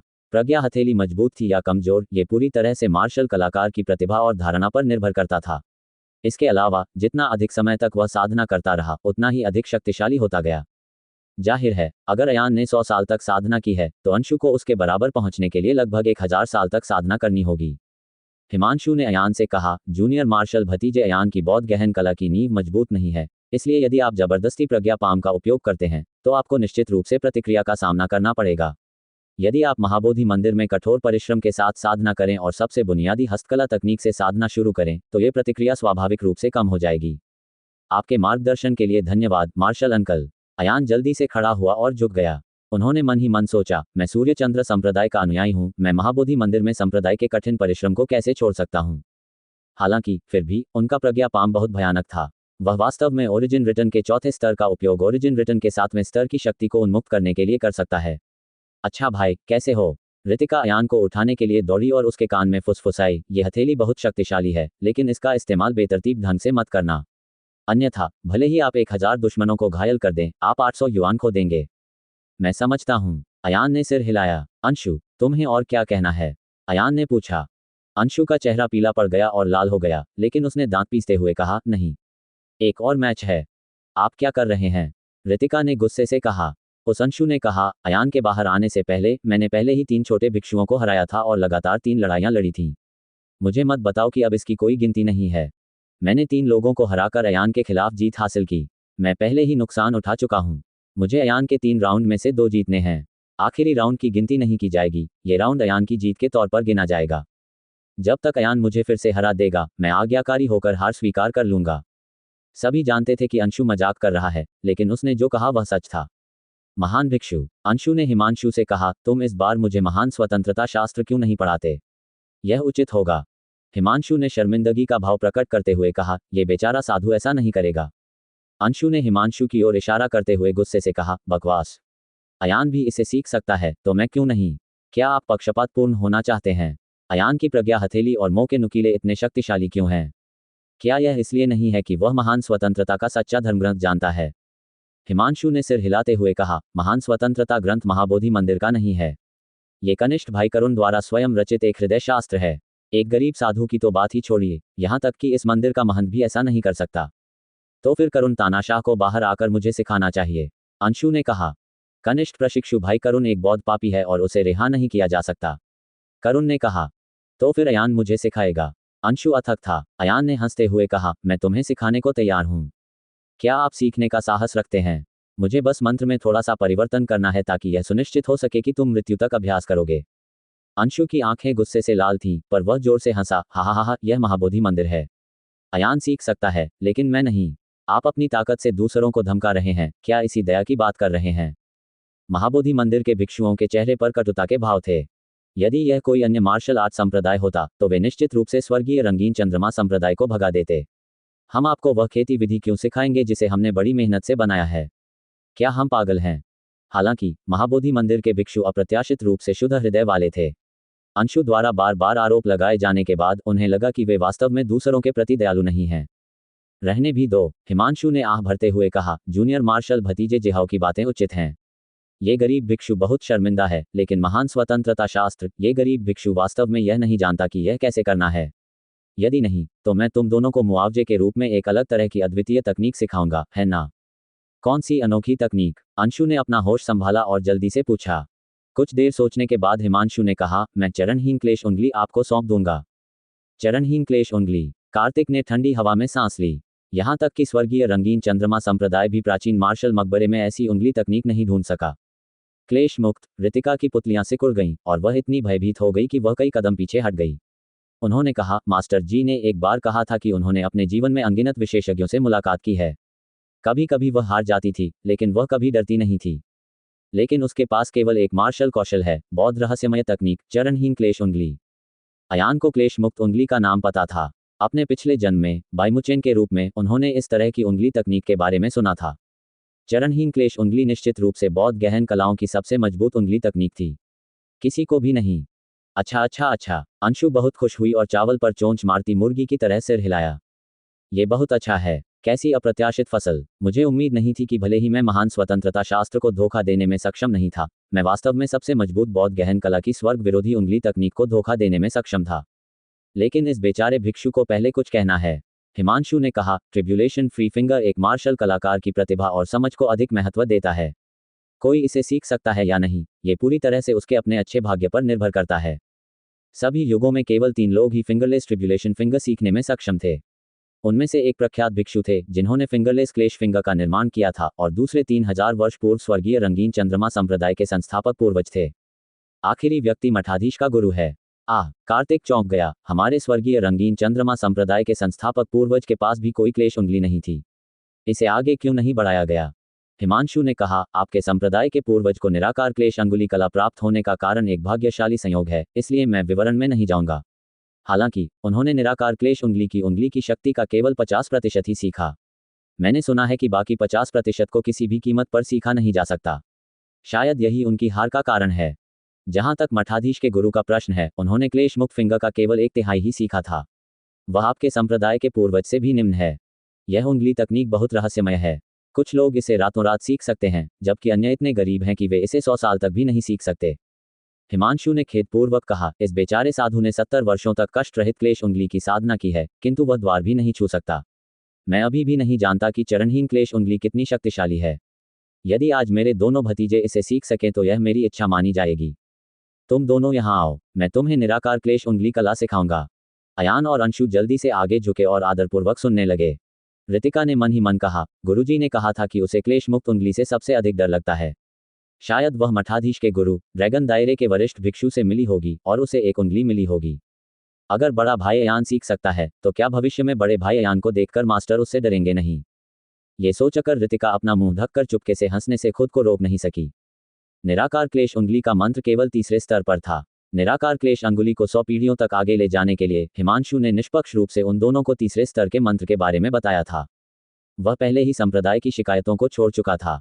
ऐसा मन सचमुच एक महान गुण था। जब अयान को पता चला कि हिमांशु ने तीसरे स्तर के सभी मंत्र बोल दिए हैं, तो वह चिंतित हो गया। क्या ऐसा करने से संपूर्ण स्वर्गीय रंगीन चंद्रमा संप्रदाय अद्वितीय क्लेश अंगुली सीखने में सक्षम नहीं हो जाएगा? यदि कोई एक व्यक्ति इसे सीख सके तो यह आश्चर्यजनक होगा। हालांकि अंशु का विचार अलग था। उसकी आंखें हल्की सी घूम गईं और उसने मन ही मन सोचा, चाहे मैं इसे सीख पाऊं या नहीं, मैं कार्तिक को निराकार क्लेश उंगली के मंत्र के बारे में नहीं बता सकता। यदि मैं इसे सीख लूं तो मैं उसी लोक में तुम्हें देखूंगा और स्वर्ग के नीचे अजेय हो जाऊंगा। स्वाभाविक रूप से दूसरों को यह मंत्र देना असंभव था। यदि मैं इसे नहीं सीख सकता तो मैं किसी और को भी इसे सीखने नहीं दे सकता। मैं दूसरों की मदद करने की बजाय इस मंत्र को अपने पेट में सड़ाना पसंद करूंगा। अयान ने एक सज्जन व्यक्ति के हृदय का उपयोग एक तुच्छ व्यक्ति के पेट को बचाने के लिए किया। उन्होंने सोचा था कि अंशु पूरे स्वर्गीय रंगीन चंद्रमा संप्रदाय में मंत्र फैलाएगा। उसने सचमुच अंशु को बहुत ही ऊंची निगाह से देखा। इसके बाद उन दोनों ने ध्यानपूर्वक 3 स्तरीय मंत्र का अध्ययन किया और बातचीत बंद कर दी। अयान ने विचार करते हुए कहा, यह उंगली तकनीक प्रज्ञा हथेली से बहुत अलग है। चरणहीन क्लेश उंगली ने अपनी चाल नहीं बदली है, जिसका अर्थ है कि इस उंगली का उपयोग बहुत सरल है। लेकिन इतनी सरल उंगली तकनीक को दुनिया के अनगिनत प्रतिभाशाली लोगों में से केवल 3 ही क्यों सीख सके? जितना अधिक वह इसके बारे में सोचता उतना ही अधिक उसे अविश्वास होता। इस उंगली तकनीक के 3 स्तरीय मंत्र को भूत और कुल्हाड़ियों की दिव्य कला कहा जा सकता है।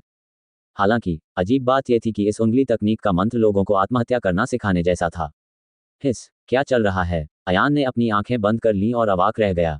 मंत्र का पहला स्तर लोगों को आत्महत्या करने का तरीका सिखाना था, जिससे वे अपनी मेरिडियंस को काटकर मर जाएं। दूसरा स्तर लोगों को यह सिखाना था कि वे अपनी जीवन शक्ति को कैसे नष्ट करें और उसका उपयोग अपने जीवन को सूखी लाशों में बदलने के लिए करें। और तीसरा स्तर तो और भी अधिक घृणित था। इसका उद्देश्य लोगों को यह सिखाना था कि वे अपनी आत्मा को कैसे नष्ट करें, जिससे उनकी आत्मा नष्ट हो जाए और वे कभी पुनर्जन्म न ले सकें। मंत्र के तीसरे स्तर पर विचार करने के कारण अयान का पूरा शरीर पहले से ही ठंडे पसीने से भीग चुका था। यह सचमुच अजीब था। अंशु ने भी अपनी आंखें खोलीं। उसकी आंखें भ्रम और भय से भरी हुई थीं। जेहाओ, मुझे मंत्र बताओ।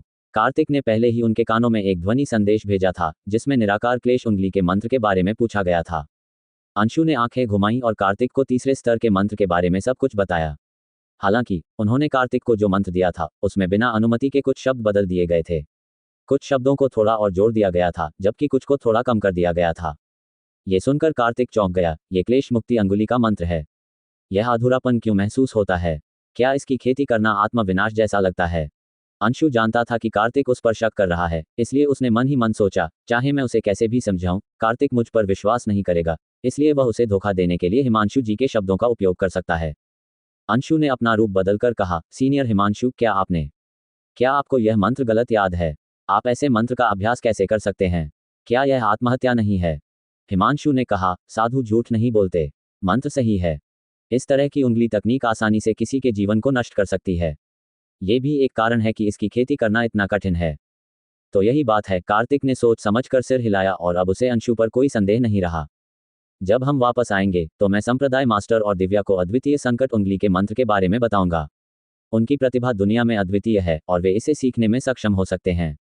काश बाईमुचेन अभी भी जीवित होती। उनमें दुनिया की सबसे अच्छी प्रतिभा है, इसलिए वह निश्चित रूप से इसे सीखने में सक्षम होंगे। बड़े अफसोस की बात है। कार्तिक ने खेद से अपना सिर हिलाया। वह नहीं जानता था कि बाईमुचेन की मृत्यु कैसे हुई।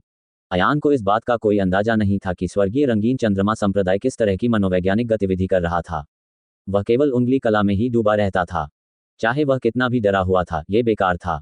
उसे सचमुच ये सीखना था। अयान ने अपने दिल में डर पर काबू पाने के लिए एक गहरी सांस ली और मंत्र की पहली परत प्रसारित की। हालांकि जैसे ही उन्होंने रक्त संचार किया, उन्हें अपने पूरे शरीर में तीव्र दर्द महसूस हुआ। यदि वह थोड़ा और अधिक घूमता तो उसकी मेरिडियन वास्तव में फटने के संकेत देती थी। इससे अयान को जल्दी से रुकना पड़ा। उन्होंने महान स्वतंत्रता शास्त्र का प्रसार किया और फिर निराकार क्लेश उंगली के मंत्र का प्रसार किया। अंत में उन्हें पता चला कि कोई सुधार नहीं हुआ। अयान को यह उम्मीद नहीं थी कि महान स्वतंत्रता ग्रंथ भी अपनी प्रभावशीलता खो देगा। लेकिन क्यों? आत्मघाती उंगली तकनीक बौद्ध गहन कलाओं की सर्वोच्च उंगली तकनीक क्यों थी? चरणहीन क्लेश उंगली, चरणहीन क्लेश। अयान ने अपने दिल में ये शब्द दोहराए। दोबारा। अगर अयान में कोई भावनाएं होती तो वह दूसरी बार कोशिश करता। इस बार उसके हृदय में निर्दयता बढ़ गई थी। चाहे कुछ भी हो, उसे यह सीखना ही था। जब उन्होंने मंत्र का जाप किया तो उनकी नाड़ियों में फिर से दर्द होने लगा, लेकिन उन्होंने दांत पीसकर जाप जारी रखा। मध्याह्न रेखाओं में दरार के लक्षण दिखाई दिए और फिर वे जारी रहीं। उसकी मेरिडियंस कमजोर होती जा रही थीं और उन मेरिडियंस पर बड़े पैमाने पर दरारें दिखाई देने लगी थीं। अयान का मन दर्द से गूंज रहा था, जैसे किसी ने उसके दिल में स्टील का चाकू घोंप दिया हो और उसे जबरदस्ती घुमा दिया हो। साधारण लोग इस तरह की यातना को सहन नहीं कर सकते, इसलिए प्रशिक्षण के इस बिंदु पर पहुंचने के बाद वे निश्चित रूप से हार मान लेते हैं। हालांकि अयान ने हार मानने से इनकार कर दिया और आगे बढ़ने का दृढ़ निश्चय किया। हालांकि भयंकर दर्द के कारण उसका मन भ्रमित हो गया और उसने वास्तव में मंत्र का दूसरा स्तर प्रसारित करना शुरू कर दिया। हे भगवान, मंत्र का प्रथम स्तर अभी समाप्त नहीं हुआ है, परंतु दूसरा स्तर पहले से ही चल रहा है। इस बार तो ये सचमुच खत्म हो गया है। अयान ने अपने हृदय में करुण क्रंदन किया। वह जानता था कि वह खतरे में है। वह जल्दी से इसे ठीक करना चाहता था और प्रथम स्तर के मंत्र को पुनः प्रसारित करना चाहता था। हालांकि भयानक दर्द के कारण उसका मन और भी अधिक अस्त व्यस्त हो गया। उन्होंने वास्तव में तीसरे स्तर का मंत्र पुनः प्रसारित किया। 3 स्तरीय मंत्रों ने एक साथ काम किया। ये दुनिया की सभी मार्शल आर्ट तकनीकों में सबसे बड़ी वर्जित तकनीक थी। कोई भी युद्ध कौशल ऐसा नहीं कर सकता। इस प्रकार अयान को लगा कि उसकी शिरोबिंदु नष्ट हो गई है, उसकी जीवन शक्ति तेजी से बह रही है और यहाँ तक कि उसकी दिव्य आत्मा भी टूटने वाली है। हालांकि इस समय क्लेश मुक्त उंगली की शक्ति ने अचानक अयान की जन्मजात प्रतिभा पर हमला करना शुरू कर दिया। प्रतिभा। अयान हैरान रह गया। जन्मजात प्रतिभा एक अमूर्त और भ्रामक चीज थी जिसे छुआ या देखा नहीं जा सकता था, लेकिन क्लेश मुक्त उंगली जन्मजात प्रतिभा पर हमला करने में सक्षम थी। इस बार हमले की ताकत एक साधारण ग्रेड प्रतिभा को चकनाचूर कर सकती है, लेकिन अयान ने खुद को संभाल लिया। अयान अभी भी दूसरे हमले का सामना करने में सक्षम था, जो उसकी आध्यात्मिक ग्रेड प्रतिभा को चकनाचूर कर सकता था। तीसरे हमले की ताकत स्वर्गीय प्रतिभा को चकनाचूर करने के लिए पर्याप्त थी, लेकिन अयान अभी भी डटा हुआ था। चौथा हमला सीधे दिव्य ग्रेड प्रतिभा पर मारा। इस समय अयान का दिमाग घूम गया और उसे लगा कि उसकी मेरिडियंस में कोई बाधा नहीं है। उनकी जीवन शक्ति और आत्मा तेजी से ठीक हो रही थी। क्या? अयान दंग रह गया और उसके दिल में झटका लगा। क्लेश मुक्त उंगली को विकसित करने के लिए उसे अपनी जन्मजात प्रतिभा पर प्रभाव डालने की आवश्यकता थी। वह तीसरे स्तर के मंत्र को एक साथ घुमाते हुए, मुड़ते और सीधे होते हुए सही दिशा पा गए। हालांकि यदि अन्य लोग ऐसा कर भी लेते तो भी वे अपने पीछे की जन्मजात प्रतिभा के प्रभाव का सामना करने में असमर्थ होते, क्योंकि केवल अयान के पास ही दिव्य श्रेणी की जन्मजात प्रतिभा थी। अयान ने अपनी आंखें खोलीं। उसकी आंखें अविश्वास से भरी थीं। उसने मन ही मन सोचा, क्या ऐसा हो सकता है कि मैंने पहले ही इसमें महारत हासिल है। जब उन्होंने ट्रिब्यूलेंट फिंगरलेस तकनीक को पुनः प्रसारित किया तो उन्हें लगा कि सब कुछ पानी की तरह बह रहा है। ट्रिब्यूलेंट फिंगरलेस तकनीक एक रस्सी की तरह थी जो सीधे उनकी दिव्य प्रतिभा को बांधती थी। अंशु खड़े होते हुए चिल्लाया। उसने कुचली हुई प्राचीन घंटी की ओर निशाना साधा और अपनी उंगली से जोर से इशारा किया। वह चिल्लाया, बिना किसी चरण के कष्ट की उंगली। हालांकि इस उंगली ने थोड़ी सी भी शक्ति का प्रयोग नहीं किया। इसके बजाय, क्योंकि अंशु ने बलपूर्वक चरणहीन क्लेश उंगली को घुमाया, वह टूट गई और फटी हुई त्वचा से खून बहने लगा। अंशु को इतना गुस्सा आया कि उसने दांत भींचे और दूसरी उंगली दिखा दी। इस उंगली के कारण अंशु का पूरा शरीर फट गया। उसके शरीर से ताज़ा खून फूट पड़ा और खूनी धुंध में बदल गया। अंशु ने बड़ी मात्रा में लिपस्टिक का खून खांसकर बाहर निकाला और लगातार 3 कदम पीछे हट गई। उसकी आंखें क्रूरता से भरी हुई थीं और उसे अभी भी अपनी तीसरी उंगली दिखाने की जरूरत थी। वह पहले ही हृदय दानव द्वारा निगल लिया गया है। वह अपना दिमाग खो चुका है। हिमांशु दयालु था। वह उड़कर आया और जिहाओ की भौहों के बीच इशारा किया। नर्म बौद्ध युआन क्यूई को जिहाओ के शरीर में इंजेक्ट किया गया था। अंशु अचानक ऐसे जाग उठा जैसे वह किसी सपने से जागा हो। एक क्षण के लिए वह स्तब्ध रह गया, फिर जब उसे होश आया तो उसे याद आया कि उसने अभी क्या किया था। वह इतना डर गया कि जमीन पर गिर पड़ा। हिमांशु ने अयान से कहा, जूनियर मार्शल भतीजे अयान, आप पहले से ही क्लेश मुक्त उंगली के खतरों को देख चुके हैं। अभ्यास करना बंद करो। अयान कुछ सोचते हुए खड़ा हुआ और प्राचीन घंटी की ओर देखते हुए बुदबुदाया, हिस। मैं इसे आजमाना चाहता हूँ। बड़े भाई अयान, कोशिश करना बंद करो। यदि आप अभ्यास नहीं कर सकते तो आप नहीं कर सकते। किसी भी मामले में इस दुनिया में ऐसा कोई नहीं है जिसने क्लेश मुक्त उंगली का अभ्यास किया हो। रितिका ने जल्दी से मना करते हुए कहा, अभी अंशु का रूप तो देखो, कितना भयावह है। मैं नहीं चाहता कि तुम उसके जैसे बनो। हाँ भाई ध्रुव, ऋतिक ने यह भी सलाह दी। हालांकि चरणहीन क्लेश उंगली शक्तिशाली है, लेकिन इस तरह की चीज को जबरदस्ती नहीं किया जा सकता है। अयान ने अपना सिर हिलाकर उन दोनों को कुछ न बोलने का संकेत दिया। उसने एक गहरी सांस ली और गूंज झोंक की ओर मुड़ा। वहां उपस्थित सभी लोग घबरा गए और ऐसा लगा कि वे अयान को मना नहीं पाएंगे। अयान ने लगातार 3 गहरी सांसें लीं और अपनी दाहिनी तर्जनी और मध्यमा उंगली से गूंज झोंक की ओर इशारा किया। इस समय अयान के शरीर पर अचानक 10 मीटर लंबा बुद्ध खड़ा प्रेत प्रकट हुआ। यह एक बदलाव है। सबकी आंखें चौड़ी हो गईं। क्या यह संभव है कि अयान सचमुच सर्वोच्च और अद्वितीय क्लेश फिंगर बन गया हो? अन्यथा बुद्ध का प्रेत क्यों प्रकट होता? हालांकि इस बुद्ध की छवि बहुत विचित्र थी। खड़े हुए बुद्ध की ऊंचाई 10 मीटर थी, उनका चेहरा चपटा था तथा उनके चेहरे पर कोई आकृति नहीं थी। इसके अलावा उसके पीछे बुद्ध का प्रकाश बहुत पवित्र नहीं था, ये घनीभूत ऊर्जा की एक परत की तरह था। ये बात अयान के लिए विशेष रूप से सत्य थी, जो उसी स्थिति में खड़ा था। अयान ने एक कदम आगे बढ़ाया और खड़े बुद्ध ने भी अयान को घेर लिया। अयान ने इशारा किया और बुद्ध ने भी इशारा किया। जैसे ही अयान ने नीचे की ओर इशारा किया, अचानक उसकी उंगलियों से प्रकाश की एक गहरी काली किरण निकली। जब प्रकाश की वह किरण प्राचीन घंटी पर पड़ी तो वह वास्तव में स्थिर हो गई। प्राचीन घंटी से टकराने वाली उंगली की आवाज भी नहीं थी। पब फ्यूचर द्वारा विज्ञापन। वहां उपस्थित सभी लोग एक दूसरे की ओर देखने लगे, यहां तक कि मठाधीश और हिमांशु भी कुछ नहीं समझ सके। ऐसा इसलिए था क्योंकि यहाँ किसी ने भी कभी चरणहीन क्लेश उंगली नहीं देखी थी और किसी ने कभी इसका अभ्यास नहीं किया था। क्या ये हो सकता है कि वह सफल रहा? रितिका ने सिर झुकाकर उत्सुकता से पूछा। हालांकि अयान के चेहरे पर अचानक परिवर्तन आ गया, क्योंकि उसने पाया कि जब उसने उंगली उठाई तो उसका क्षेत्र वास्तव में एक बिंदु पीछे चला गया था। ओरिजिन रिटर्न के चौथे स्तर के प्रारंभिक चरण से लेकर ओरिजिन रिटर्न के तीसरे स्तर के अंतिम चरण तक। हालांकि क्लेश मुक्त उंगली की शक्ति प्राचीन घंटी में विलीन हो गई थी और कोई नुकसान नहीं हुआ, लेकिन तब हर कोई हैरान रह गया। ऐसा इसलिए था क्योंकि प्राचीन घंटा इतनी तेजी से क्षय हो रहा था कि उसे नंगी आंखों से भी देखा जा सकता था। प्राचीन घड़ी पर शीघ्र ही जंग लग गया। पहाड़ी हवा चली और जंग बड़े बड़े धब्बों में उखड़ गई। 10 सेकंड से भी कम समय में पूरा प्राचीन घंटा सूखे लोहे के पाउडर की एक गेंद में बदल गया और जमीन पर गिर गया। सभी की आंखें आश्चर्य से चौड़ी हो गईं। इस समय अयान उत्सुक हो गया और उसने अंशु पर फिर से चरणहीन कष्टकारी उंगली छोड़ दी। आप क्या कर रहे हो? नहीं, अंशु बुरी तरह डर गया, लेकिन काली उंगली के बल से वह तुरंत ही घायल हो गया। अंशु इतना डर गया कि वह लगभग पागल हो गया। उसने जल्दी से अपने शरीर को छुआ, उसे बहुत डर था कि वह भी गूंज झोंक की तरह एक सूखी लाश में बदल जाएगा। हालांकि वास्तव में उसका शरीर सड़ नहीं पाया, इसके बजाय उसका राज्य गिर गया, मूल वापसी के 5वें स्तर से मूल वापसी के चौथे स्तर तक। आपने क्या किया? अंशु ने अयान पर चिल्लाते हुए कहा, मेरा राज्य गिर गया है। इसके साथ ही इस दूसरी उंगली ने अयान की साधना के स्तर को भी 3 महान मूलों के अंतिम चरण से 3 महान मूलों के मध्य चरण तक कम कर दिया। तो यह मामला है। अयान को अचानक समझ में आ गया कि चरणहीन क्लेश उंगली वास्तव में दुश्मन के साधना स्तर को कम कर सकती है। हालांकि ये कीमत बराबर नहीं थी। यदि वह अपनी साधना को आधे से भी कम कर दे तो शत्रु का स्तर एक पूरा कम हो जाएगा। अयान को लगा कि यह अतुलनीय रूप से नया है और उसने अंशु की ओर इशारा किया। अंशु ने जल्दी से खुद को बचा लिया, लेकिन फिर भी वह फेजलेस ट्रिब्यूलेशन फिंगर से घायल हो गया। उसका क्षेत्र मूल रिटर्न के चौथे स्तर से गिरकर मूल रिटर्न के तीसरे स्तर पर आ गया था। पब फ्यूचर द्वारा विज्ञापन। अयान का क्षेत्र मूल क्षेत्र के तीसरे स्तर के मध्य चरण से गिरकर मूल क्षेत्र के तीसरे स्तर के प्रारंभिक चरण में आ गया था। अंशु ने गुस्से से दांत पीसते हुए कहा, मेरे राज्य, वह क्षेत्र जिसे मैं परिश्रमपूर्वक विकसित करता हूं। अयान, तुम्हारा दिल बहुत खराब है। वहां उपस्थित सभी लोग ठंडे पसीने से भीग गए थे। स्वर्गीय रंगीन चंद्रमा संप्रदाय के एक शिष्य को घायल करने के लिए ऐसी दुष्ट तकनीक का उपयोग करने की तुम्हारी हिम्मत कैसे हुई? कार्तिक हवा में उछला और अयान पर हमला करने वाला था। तभी अयान को होश आया और उसने जल्दी से अपनी उंगली कार्तिक की ओर उठाई। तुम्हारी हिम्मत! अपना हाथ नीचे रखो, मुझ पर निशाना मत लगाओ। कार्तिक डर से कांप उठा। बेशक कार्तिक अयान को एक ही हथेली के वार से मार सकता था, लेकिन अगर उसने ऐसा किया तो शायद उसे फेजलेस ट्रिब्यूलेशन फिंगर से चोट लग जाएगी। वह एक अर्ध संत प्रथम परत विशेषज्ञ थे। हर बार जब इस क्षेत्र का कोई विशेषज्ञ उच्च क्षेत्र में आगे बढ़ता तो उसके लिए यह अत्यंत कठिन हो जाता।